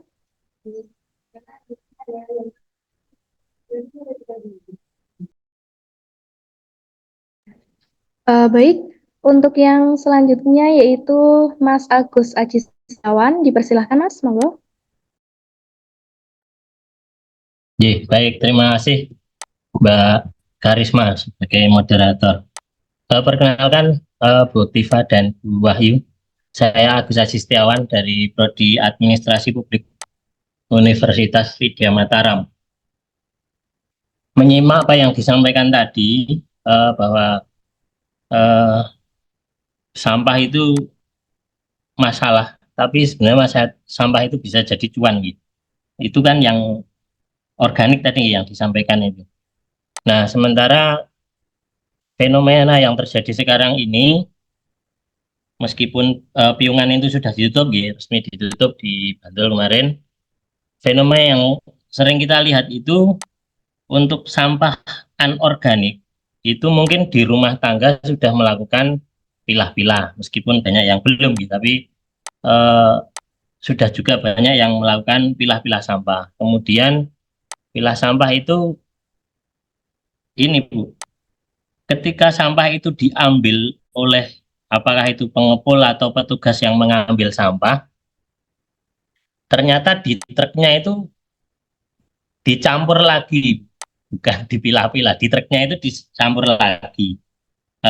Bahkan ketika saya masih tugas di SD itu, di depan SD saya itu hampir setiap pagi itu sampah dari beberapa tempat dimasukkan ke dalam truk, nggak tahu itu diolah atau di seperti apa, tapi sebenarnya cuma dipadatkan di dalam satu truk itu, dan sampahnya sekali lagi campur lagi di situ. Nah, terkait fenomena ini juga saya sering melihat itu di Jalan Parangtritis, jalan Joteng Wetan ke Timur itu loh. Itu juga ada TPS kayaknya. Di situ juga sering ada antrian pembuangan sampah, dan lagi-lagi sampahnya dicampur lagi di situ. Jadi pilah-pilah sampah di rumah tangga itu seperti sudah hampir sia-sia kalau di situnya ditumpuk lagi. Nah, pertanyaannya, apakah sudah ada penelitian ini dari Ibu berdua atau dengan pihak lain melakukan kerjasama dengan pemerintah atau swasta terkait fenomena ini, supaya sampah yang sudah dipilah-pilah itu di sananya tidak dicampur lagi? Barangkali itu Ibu yang ingin saya tanyakan, jadi penasaran saya. Maturun, terima kasih. Baik Mas, terima kasih kepada Ibu Wahyu dan Ibu Okti, dipersilahkan. Baik, terima kasih Mas Agus, pencermatannya menarik sekali. Memang seharusnya ada mesin yang kapasitasnya besar ya. Seperti tadi saya sampaikan bahwa Yogyakarta itu tidak cukup dengan satu atau dua mesin, bahkan ada yang sudah diolah itu di daerah Nitiannya, rumah maksudnya Nitian itu tidak cukup ya, karena memang kapasitas sampah kita itu terlalu besar, terlalu banyak dan beragam begitu ya. Belum lagi kalau wisatawan datang. Jadi kita ini sudah punya masalah dengan penduduknya sendiri dan sampahnya. Kemudian kita punya masalah baru adalah wisatawan dengan membawa sampah gitu ya. Dan mungkin ini juga menarik, pernah diteliti juga oleh beberapa riset begitu, bahwa ternyata sampah yang lari di kota Jogja itu KTP-nya sebetulnya orang-orang yang bermukim di Sleman, di Kulon Progo, di Bantul. Tuh, bisa, ya bisa karena sebagian besar ada yang bekerja di kota. Ya, mungkin ada nih mahasiswa saya yang bekerja di apa di kota tapi penduduk Sleman misalnya begitu. Nah, ini dia berangkat ke kantor, tidak usah mahasiswa, siapa saja bisa berangkat ke kantor sambil bawa sampah kan, ya. Sehingga pernah dulu ada fenomena sampai dimuat di media sosial gitu. Kok di kota ini mau buang sampah saja susah, harus menunjukkan KTP begitu ya. Ihwalnya itu Bapak Ibu.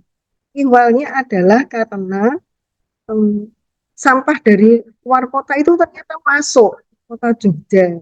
Dan menariknya lagi kadang dibuang itu ya di saat ini ya, masyarakat tidak aktif, bisa sore hari, bisa pagi hari, sore itu sambil misalnya menjemput anaknya, begitu dibuanglah di kota Jogja. Nah, ini kemudian tampungan sampah itu menjadi ya overload nih ya. Sehingga sekali lagi memang peran swasta ini mutlak Bapak Ibu. Saya sudah mendengar beberapa CSR dari LSM maupun bank ya. Tapi sekali lagi itu sedikit ya Bapak Ibu. Itu aja alatnya sudah miliaran ya. Sudah kalau saya dengar alat yang untuk mencacah sampai mendaur ulang jadi yang bagus itu memang mahal sekali Bapak Ibu ya. Untuk pengadaannya beberapa itu sampai miliaran rupiah. Sehingga memang butuh ini ya swasta yang lebih banyak lagi bergandeng tangan ya, tidak hanya satu dua bank saja. Dan bagaimana pihak pemerintah itu mencoba menghargainya, saya hadir. Mereka yang sudah memberikan CSR ini diberikan penghargaan oleh pemerintah dalam satu acara yang terhormat begitu ya, untuk menghargai beliau-beliau yang sudah menyumbangkan. Termasuk juga penghargaan kepada ya para peneliti yang sudah berjibaku ya, untuk menghasilkan riset-riset maupun alat-alat yang bisa untuk mendaur ulang sampah. Beberapa perguruan tinggi sudah itu, meskipun bentuknya mungkin baru prototipe ya, dan bentuknya tidak selalu hanya ini Bapak Ibu uang ya, tapi juga penghargaan dan sekaligus haki. Jadi ada beberapa yang peralatan itu sudah dihakikan. Ya, upaya ini terus ya dari Pemkot Jogja. Cuman ya tadi masuknya sampah dengan apa kepeduliannya ini kadang-kadang masih kurang sebanding, sehingga memang perlu kita giatkan lagi ya untuk supaya kota kita itu juga betul-betul isinya nanti benar-benar ya nyaman untuk warganya sebagai smart city yang sesungguhnya. Begitu, Mbak Karissa, silakan. Baik, terima kasih Bu Okti. Mungkin Bu Wahyu mau menambahkan, dipersilakan. Oke, terima kasih Mbak Karissa. Kalau dari saya, Mas, itu dari kitanya sendiri. Ya, kalau dari pemerintah tadi Bu Okti sudah mengatakan sudah ada loh programnya, kemudian dari menggandeng swasta, menggandeng pihak manapun. Tapi kalau dari masyarakatnya sendiri, Mas, yang belum sadar ya, bagaimana? Termasuk juga petugas-petugas DLH. Karena saya sering lihat petugas DLH itu memang seperti yang dikatakan Mas, mencampur adukkan sampah tersebut.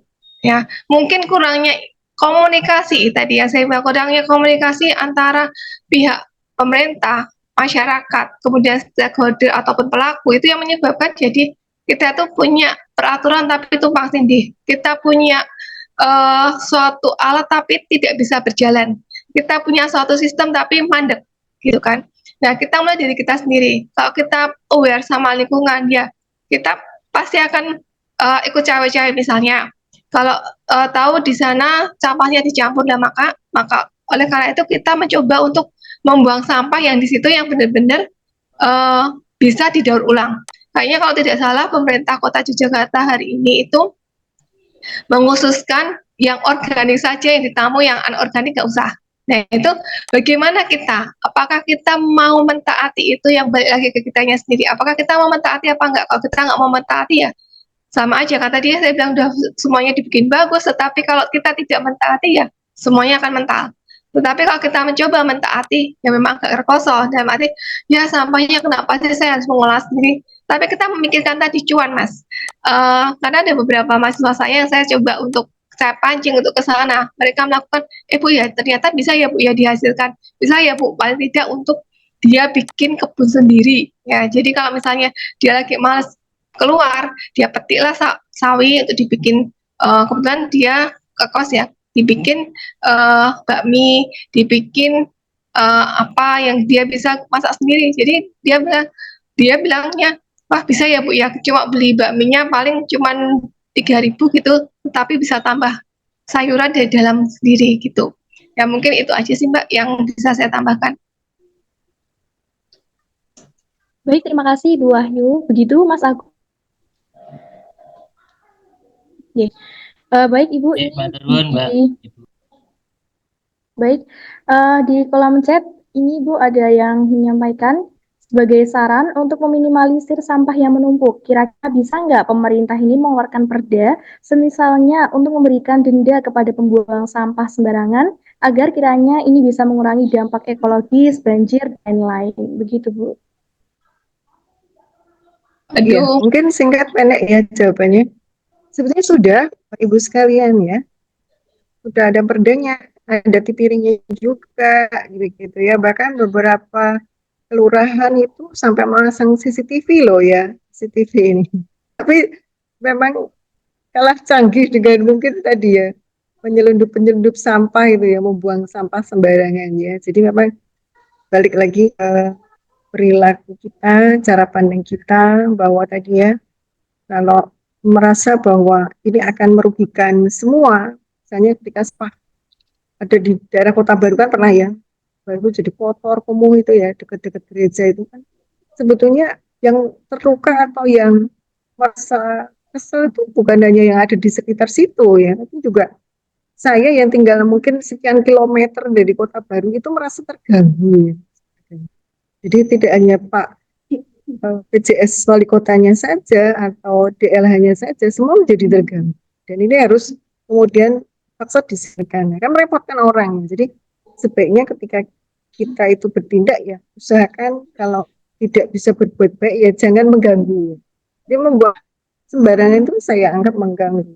Jadi kalau itu disadari sebagai perilaku bersama, sebagai gerakan lingkup bersama peduli lingkungan ya, mestinya berusaha untuk mendaur ulang atau melakukan bank sampah atau sedekah sampah. Di tempat saya Bapak Ibu sekalian itu ada dua jenis ya.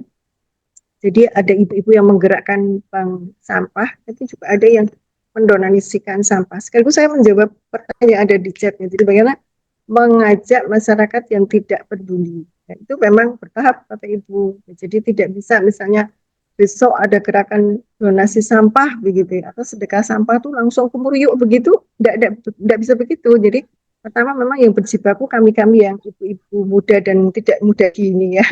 Kemudian ya berusaha mengumpulkan ibu-ibu ya habis olahraga begitu, kemudian berdonasi sampah. Hasilnya untuk apa? Hasilnya untuk kembali kepada kita. Jadi kalau kegiatan sosial tidak harus lagi mengeluarkan uang rumah tangga ya atau uang kasti, kan lumayan ya. Kemudian untuk apa ini bagi mungkin sebagian wilayah perkotaan yang tidak terlalu miskin-miskin banget Bu. Ya, pasti ada Bapak Ibu ya kebutuhan di sosial itu entah 17-an atau apa gitu ya. Atau direncanakan untuk piknik bareng, untuk menyenangkan warga, itu kan sah-sah saja ya peruntukannya. Dan itu kemudian bergayung sambut. Jadi yang penting senang dulu berdonasi sampah, kumpul-kumpul ya, bahkan sampai pernah kita karaokean bareng gitu ya, kemudian sambil senam gitu ya, ngurusi sampah ini. Dan kemudian kami ajak ini ibu yang ada di situ, anak-anak kos ya, jadi anak-anak kos itu sebagian menjadi pengelola donasi sampah dan bank sampah.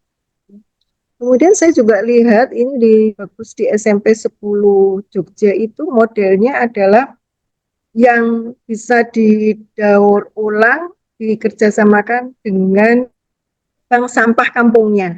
Jadi bank sampah belakang sekolah gitu loh ya. Lalu yang tidak bisa ya dibakar dengan alat yang diciptakan oleh sekolah. Oh ini wow banget ya. Saya kebetulan sama Bu Ayu sudah berkunjung ke sana, jadi memang untuk program Wismides ini memang butuh orang-orang yang mau berjibaku ya, seperti beliau Pak Thomas, Kepala Sekolah SMP 10 itu ya. Kampung itu ya kami punya komitmen yang ibu-ibu ini, sesibuk apapun begitu ya, kami bergiliran untuk tiket begitu setiap minggu ketiga dalam 1 bulannya ya. Dan itu sudah berjalan 2 tahun Bapak Ibu, sudah belasan juta. Waduh, agak pamer nih ya, tapi seneng gitu, seneng kalau lihat banyak sekali gitu ya.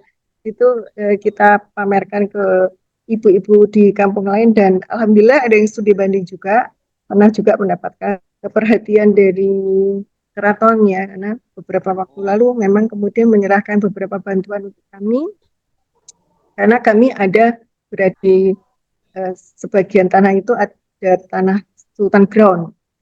Nah, manfaatnya apa? Nah, manfaat dari kompos yang kami olah diantaranya adalah untuk pupuk tadi, tanah Sultan Ground. Ya, karena tanah Sultan Ground itu kan juga gersang ya Bapak Ibu ya.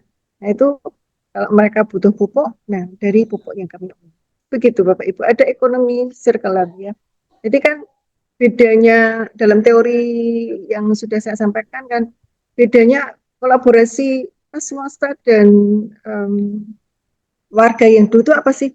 Nah, kalau yang sekarang ini adalah masyarakat diarahkan untuk lebih memanfaatkan sumber dan diupayakan menjadi lebih ekonomis, lebih berdampak ekonomi, ya, seperti yang disampaikan Bu Wahyu tadi. Karena kalau tidak iming ekonomi itu ya orang nggak mau berbuat ngapain gitu ya, ngapain mau ngurus-ngurus sampah begitu ya. Tapi kalau ketika oh iya ya ini tuh bisa donasikan, oh iya bisa juga ditabung nanti kalau pas Lebaran itu didudah ya atau dibuka tabungan sampahnya gitu ya. Nah itu kan ya, sesuatu yang menarik. Saya rasa bisa Bapak Ibu ya. Bahkan di Bantul itu saya dengar ini riset teman saya, bank sampahnya sudah dengan cara elektronik. Keren kan? Bank sampahnya sudah dengan cara elektronik. Jadi jemput bolanya elektronik gitu. Jadi misalnya Pak Ranto atau Pak Agus ini di rumahnya ada sampah 10 kilo gitu ya, kira-kira tinggal ngabel aja, Dek tolong Dek sampah di RT sekian nomor sekian. Jadi udah punya member ya, punya aplikasi, lalu datang gitu ya, tinggal nimbang. Oh Pak sekian Pak, nah nanti akhir bulan Bapak akan menerima sekian. Gitu. Sudah sistemnya sudah model dengan aplikasi ya, ini bagus ya. Silakan Mbak Karisa. Oh, ada yang belum terjawab pertanyaannya? Baik Bu, ini untuk Pak Sumarjono ini ada 7 pertanyaan Bu. Jadi ini mau dijawab semuanya, namun ini ada beberapa yang sudah kejawab dari penyampaian yang tadi disampaikan oleh Bu Wahyu dan Bu Oktif ya Pak Sumarjono. Mungkin Bu Oktif atau Bu Wahyu mau memilih yang mana Bu ini punya? Ya, disampaikan Mbak moderator aja dipilihkan. Ya. Baik, untuk yang nomor 1 ini, apa langkah konkret yang telah diambil pemerintah Yogyakarta untuk mengurangi jumlah sampah plastik di sungai-sungai utamanya, Bu?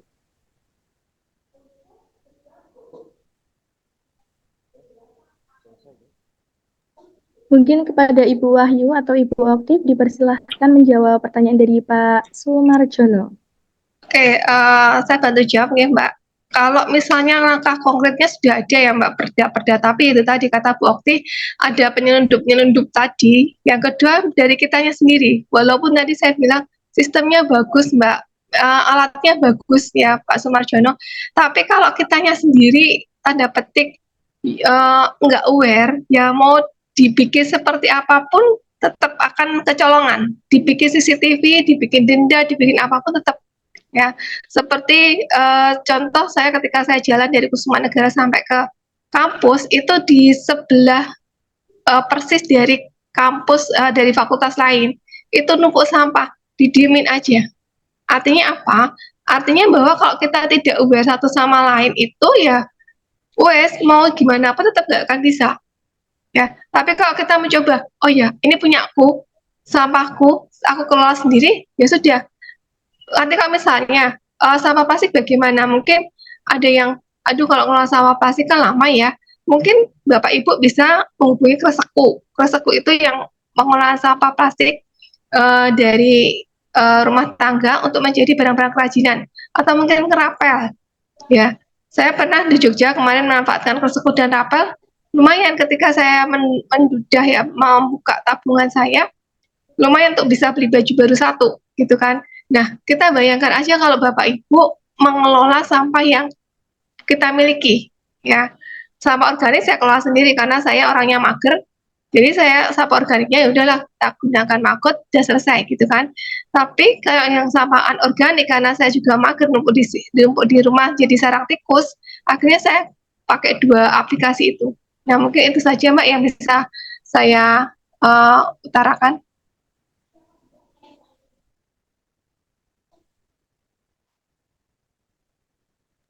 Baik, Ibu Wahyu, terima kasih banyak. Ada lagi nih, Ibu, untuk pertanyaan Pak Sumarjono.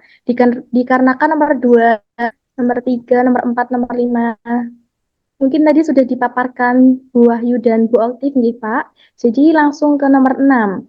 Bagaimana pemerintah Yogyakarta ini merespon fenomena peningkatan jumlah sampah elektronik atau EWAS di kota ini? Terima kasih.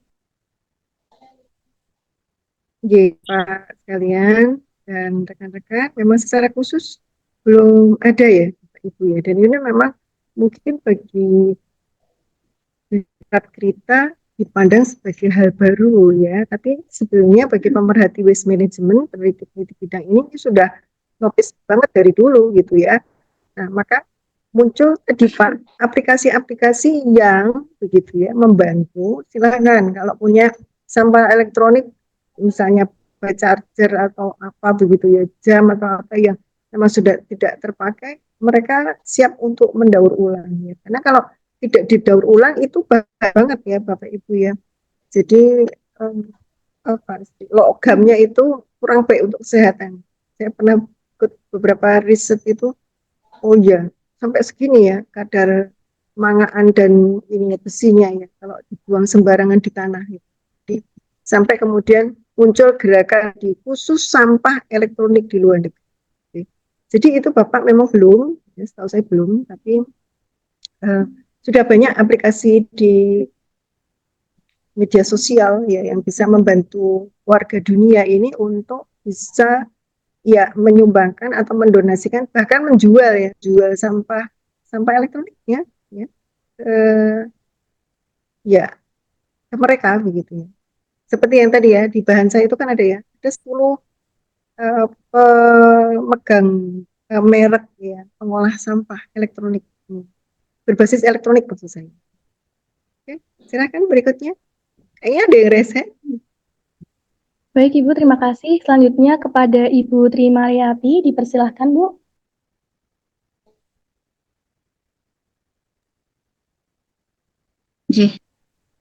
Terima kasih waktunya Ibu Moderator. Selamat siang Bu Ratri, Bu Okti. Yang ingin saya tanyakan ini terutama kepada Bu Ratri mengenai hasil dari pengelolaan sampah organik Bu Ratri. Kami sekeluarga ini sudah melaksanakan pemilahan sampah, di antaranya yang sampah organik itu sudah kami upayakan untuk seperti yang disampaikan Bu Ratri tadi, ada hasil pupuk cairnya, kemudian ada makutnya, dan kebetulan kami juga punya kolam ikan, makutnya bisa kami gunakan untuk memberi makan ikan. Namun untuk hasil dari pupuk cairnya ini kami belum bisa menghasilkan cuan, Bu Ratri. Nah, ini caranya bagaimana? Karena kami takut kalau ingin mendistribusikan ataupun ingin menjual itu nanti apakah berdampak, apakah harus ada uji dari hasil pupuk cair yang kami hasilkan.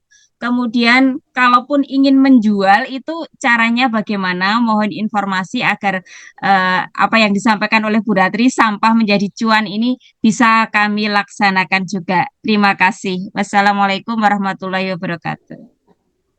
Waalaikumsalam warahmatullahi wabarakatuh. Baik, langsung saja kepada Ibu Wahyu Setiaratri, dipersilahkan. Oke, matur nuwun Mbak Moderator, matur nuwun Bu Tri Mariati. Untuk POC itu kita harus melakukan uji dulu Bu, uji dulu baik di lab maupun di skala lapangan. Kalau POC tempat saya dulu kenapa bisa lolos uji karena saya sudah melakukan pengujian baik skala lapangan maupun secara lab. Dari situ kita bisa tahu kandungannya seperti apa. Nah, kalau misalnya, kalau kayak gitu berarti mahal ya Bu.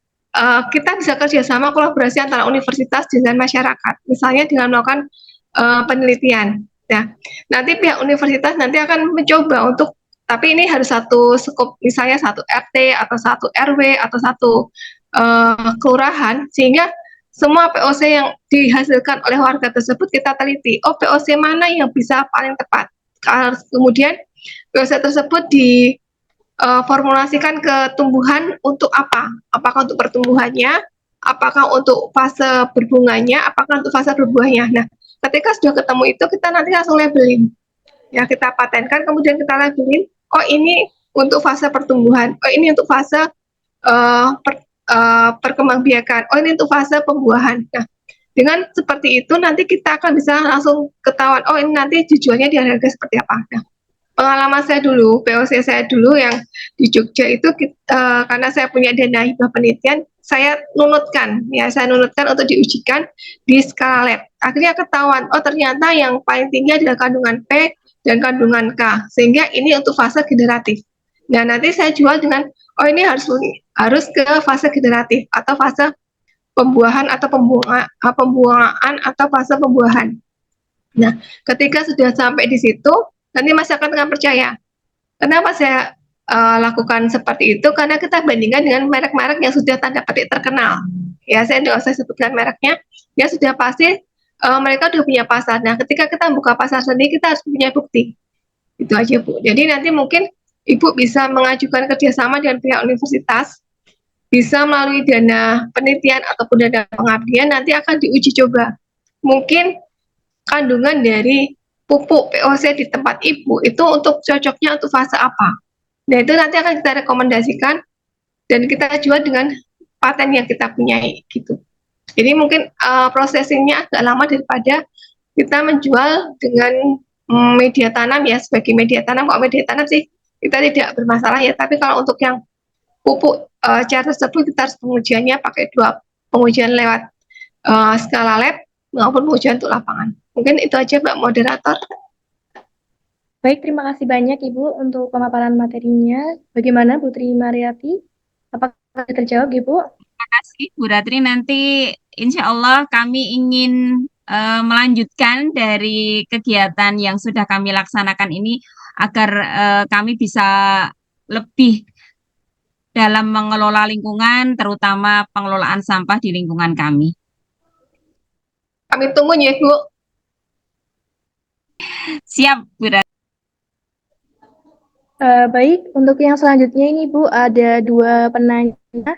Yang pertama, Ibu Herni, itu bertanya mengenai bagaimana mengatasi ketidakpedulian atau ketidakpedulian masyarakat terhadap masalah sampah, Bu. Gitu. Mungkin kepada Ibu Wahyu atau Ibu Oktif, dipersilahkan. Ya, sedikit sharing ya Bapak Ibu sekalian. Kalau yang kami lakukan di kampung itu tadi ya, pada awalnya memang mungkin yang datang itu baru 15 atau 20 ibu ya yang mau mengurusi donasi sampah. Karena kan donasi ya, beda dengan bank sampah Bapak Ibu. Kalau bank sampah seneng dong di kilo gitu nanti dapat sekian ribu gitu ya. Nah, masalahnya donasi ya, donasi dan bagaimana agar ikhlas benar-benar nih gitu ya. Jadi memang dipersilahkan juga bagi ibu-ibu mungkin atau bapak yang akan di paru-paru ya, maksudnya ada yang mau menjual sendiri boleh, tapi sebagian didonasikan boleh gitu ya.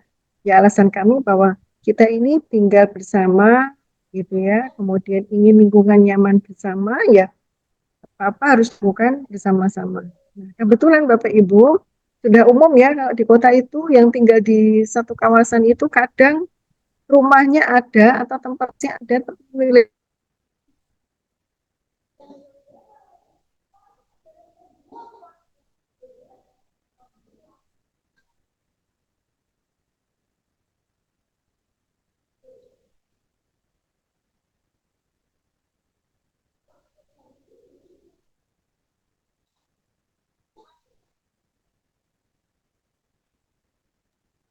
Karisma itu kayaknya Bu Okti.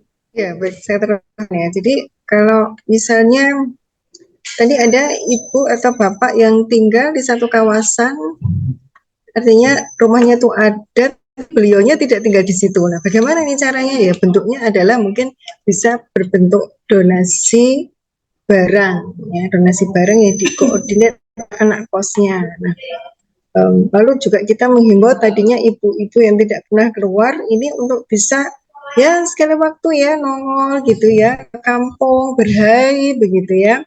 Nah, memang agak susah karena begini Bapak Ibu sekalian, mengumpulkan barang bekas selama 1 bulan itu kadang ada orang yang nggak sabar ya, terutama untuk orang yang sudah berlebih ya, biasanya mereka ya langsung saja buang-buang. Ya tidak apa-apa, tapi kalau misalnya itu bisa didonasikan kan bagus sekali ya, semangatnya tadi ya untuk kemaslahatan bersama. Kita terus pupuk kembangkan terus gitu. Terus ke berbagai pertemuan. Jadi nggak cuma sekali saja Bapak Ibu di forum ibu-ibu enggak, tapi di forum bapak-bapak ya. Bahkan kita menggandeng Pak RT, Pak RW untuk datang gitu ya. Dan ketika kami memindah kantor itu karena kantornya itu pernah bocor, lalu kantornya juga ada di beberapa sisi jalan itu yang tidak layak kalau nanti truk kecil sampahnya masuk itu ya, kami harus memindah ke dekat RW itu ya disaksikan Pak RW beneran begitu ya, sehingga memang harus ada dukungan atau supportnya ke kami ini ya, sehingga kemudian yang tadinya cuek begitu kok akhirnya bisa keluar rumah juga nih bawa sampahnya gitu ya. Lalu kita tidak mengharuskan juga ibu atau bapak bersangkutan, bisa putra-putrinya ya kita ajarkan. Jadi yang sedikit-sedikit tadi Bapak Ibu yang semula misalnya membuang sampah tuh berber gitu ya, nggak dipilah gitu ya, itu akhirnya mulai berubah Bapak Ibu. Memang tidak bisa instan, terus terang tidak bisa instan. Memang harus berproses ya, berproses begitu untuk bisa menjadi perilaku sehat. Itu Mbak Karisa. Baik, terima kasih Ibu. Untuk yang selanjutnya ini pertanyaan terakhir ya Bu, dari Ibu Sri Wahyuningsi. Pembicaraan yang sangat menarik tentang sampah ini. Di tempat saya berusaha mengolah sampah organik dengan maggot. Namun kendalanya tidak mudah karena maggot nantinya akan jadi pipa dan lewat BSL. Selain itu juga bentuk maggot yang menggelikan. Namun dengan maggot ternyata dapat mengolah sampah dengan cepat. Yang pertama, solusinya bagaimana dia mengingat maggot usianya hanya sampai 2 bulan dan kalau tambah maggot berarti nambahkan juga harga 1 kg maggot harganya 10.000. Begitu, monggo kepada Ibu Astriati atau Ibu Okti diberikan.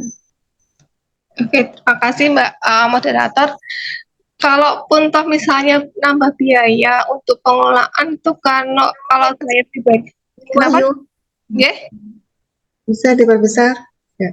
Sayangnya sudah besar, jadi saya pakai ini pakai HP karena laptop saya sudah freeze dari tadi belum bisa saya betulkan, saya tinggal diam aja.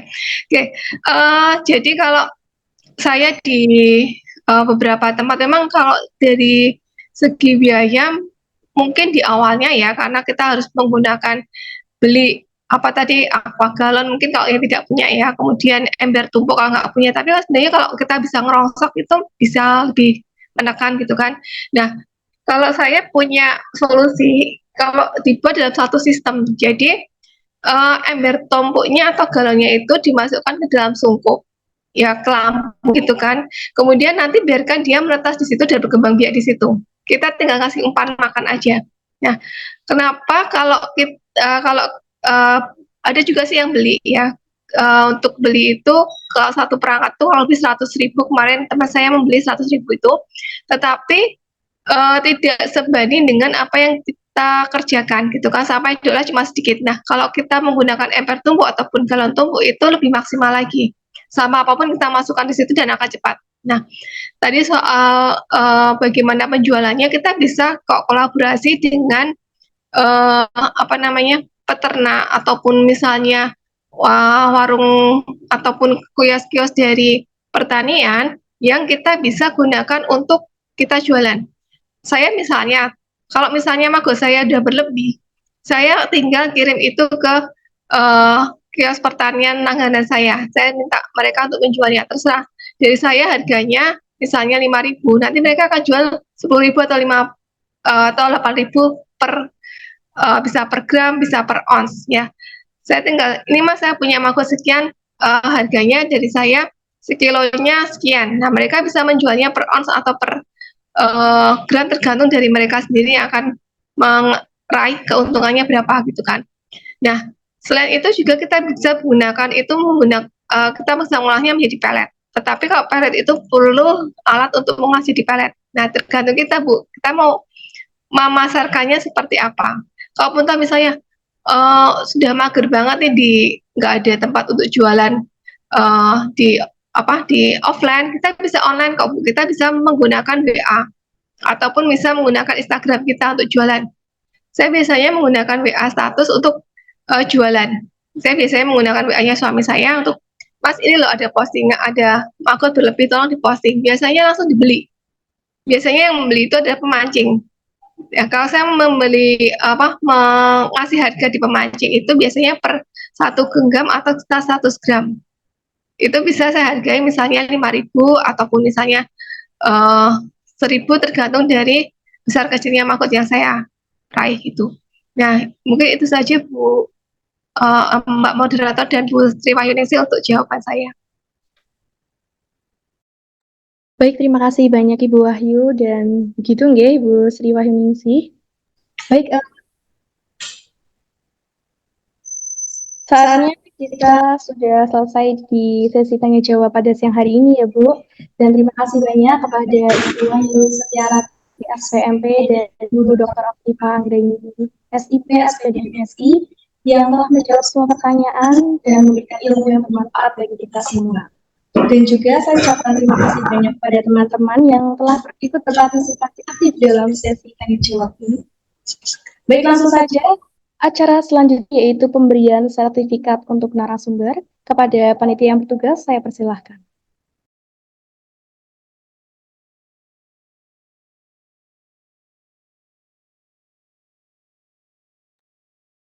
Baik, Bapak Ibu, apakah sudah terlihat untuk sertifikatnya? Sudah terlihat. Baik, untuk yang pertama sertifikat apresiasi diberikan kepada Ibu Wahyu Setiarati SPMP sebagai narasumber dalam kegiatan visiting lecture Smart People, Waste Management in Smart City, praktik baik pengelolaan sampah. Baik Ibu, bisa diambil gambarnya sebentar. Baik, sudah.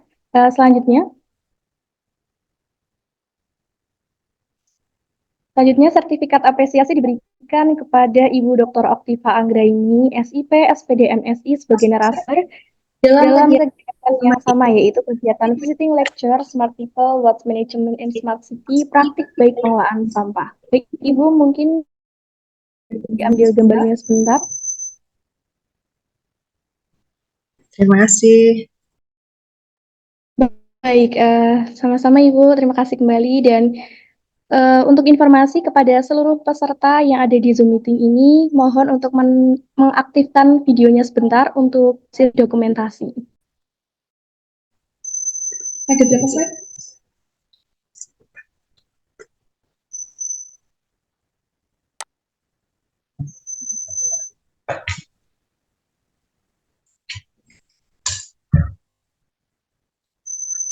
Baik, ini ada 4 slide ya Bapak Ibu dan teman-teman sekalian. Untuk slide yang pertama,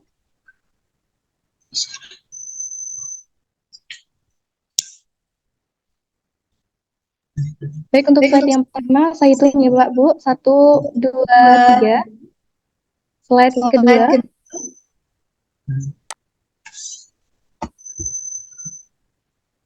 Slide kedua, 1, 2, 3.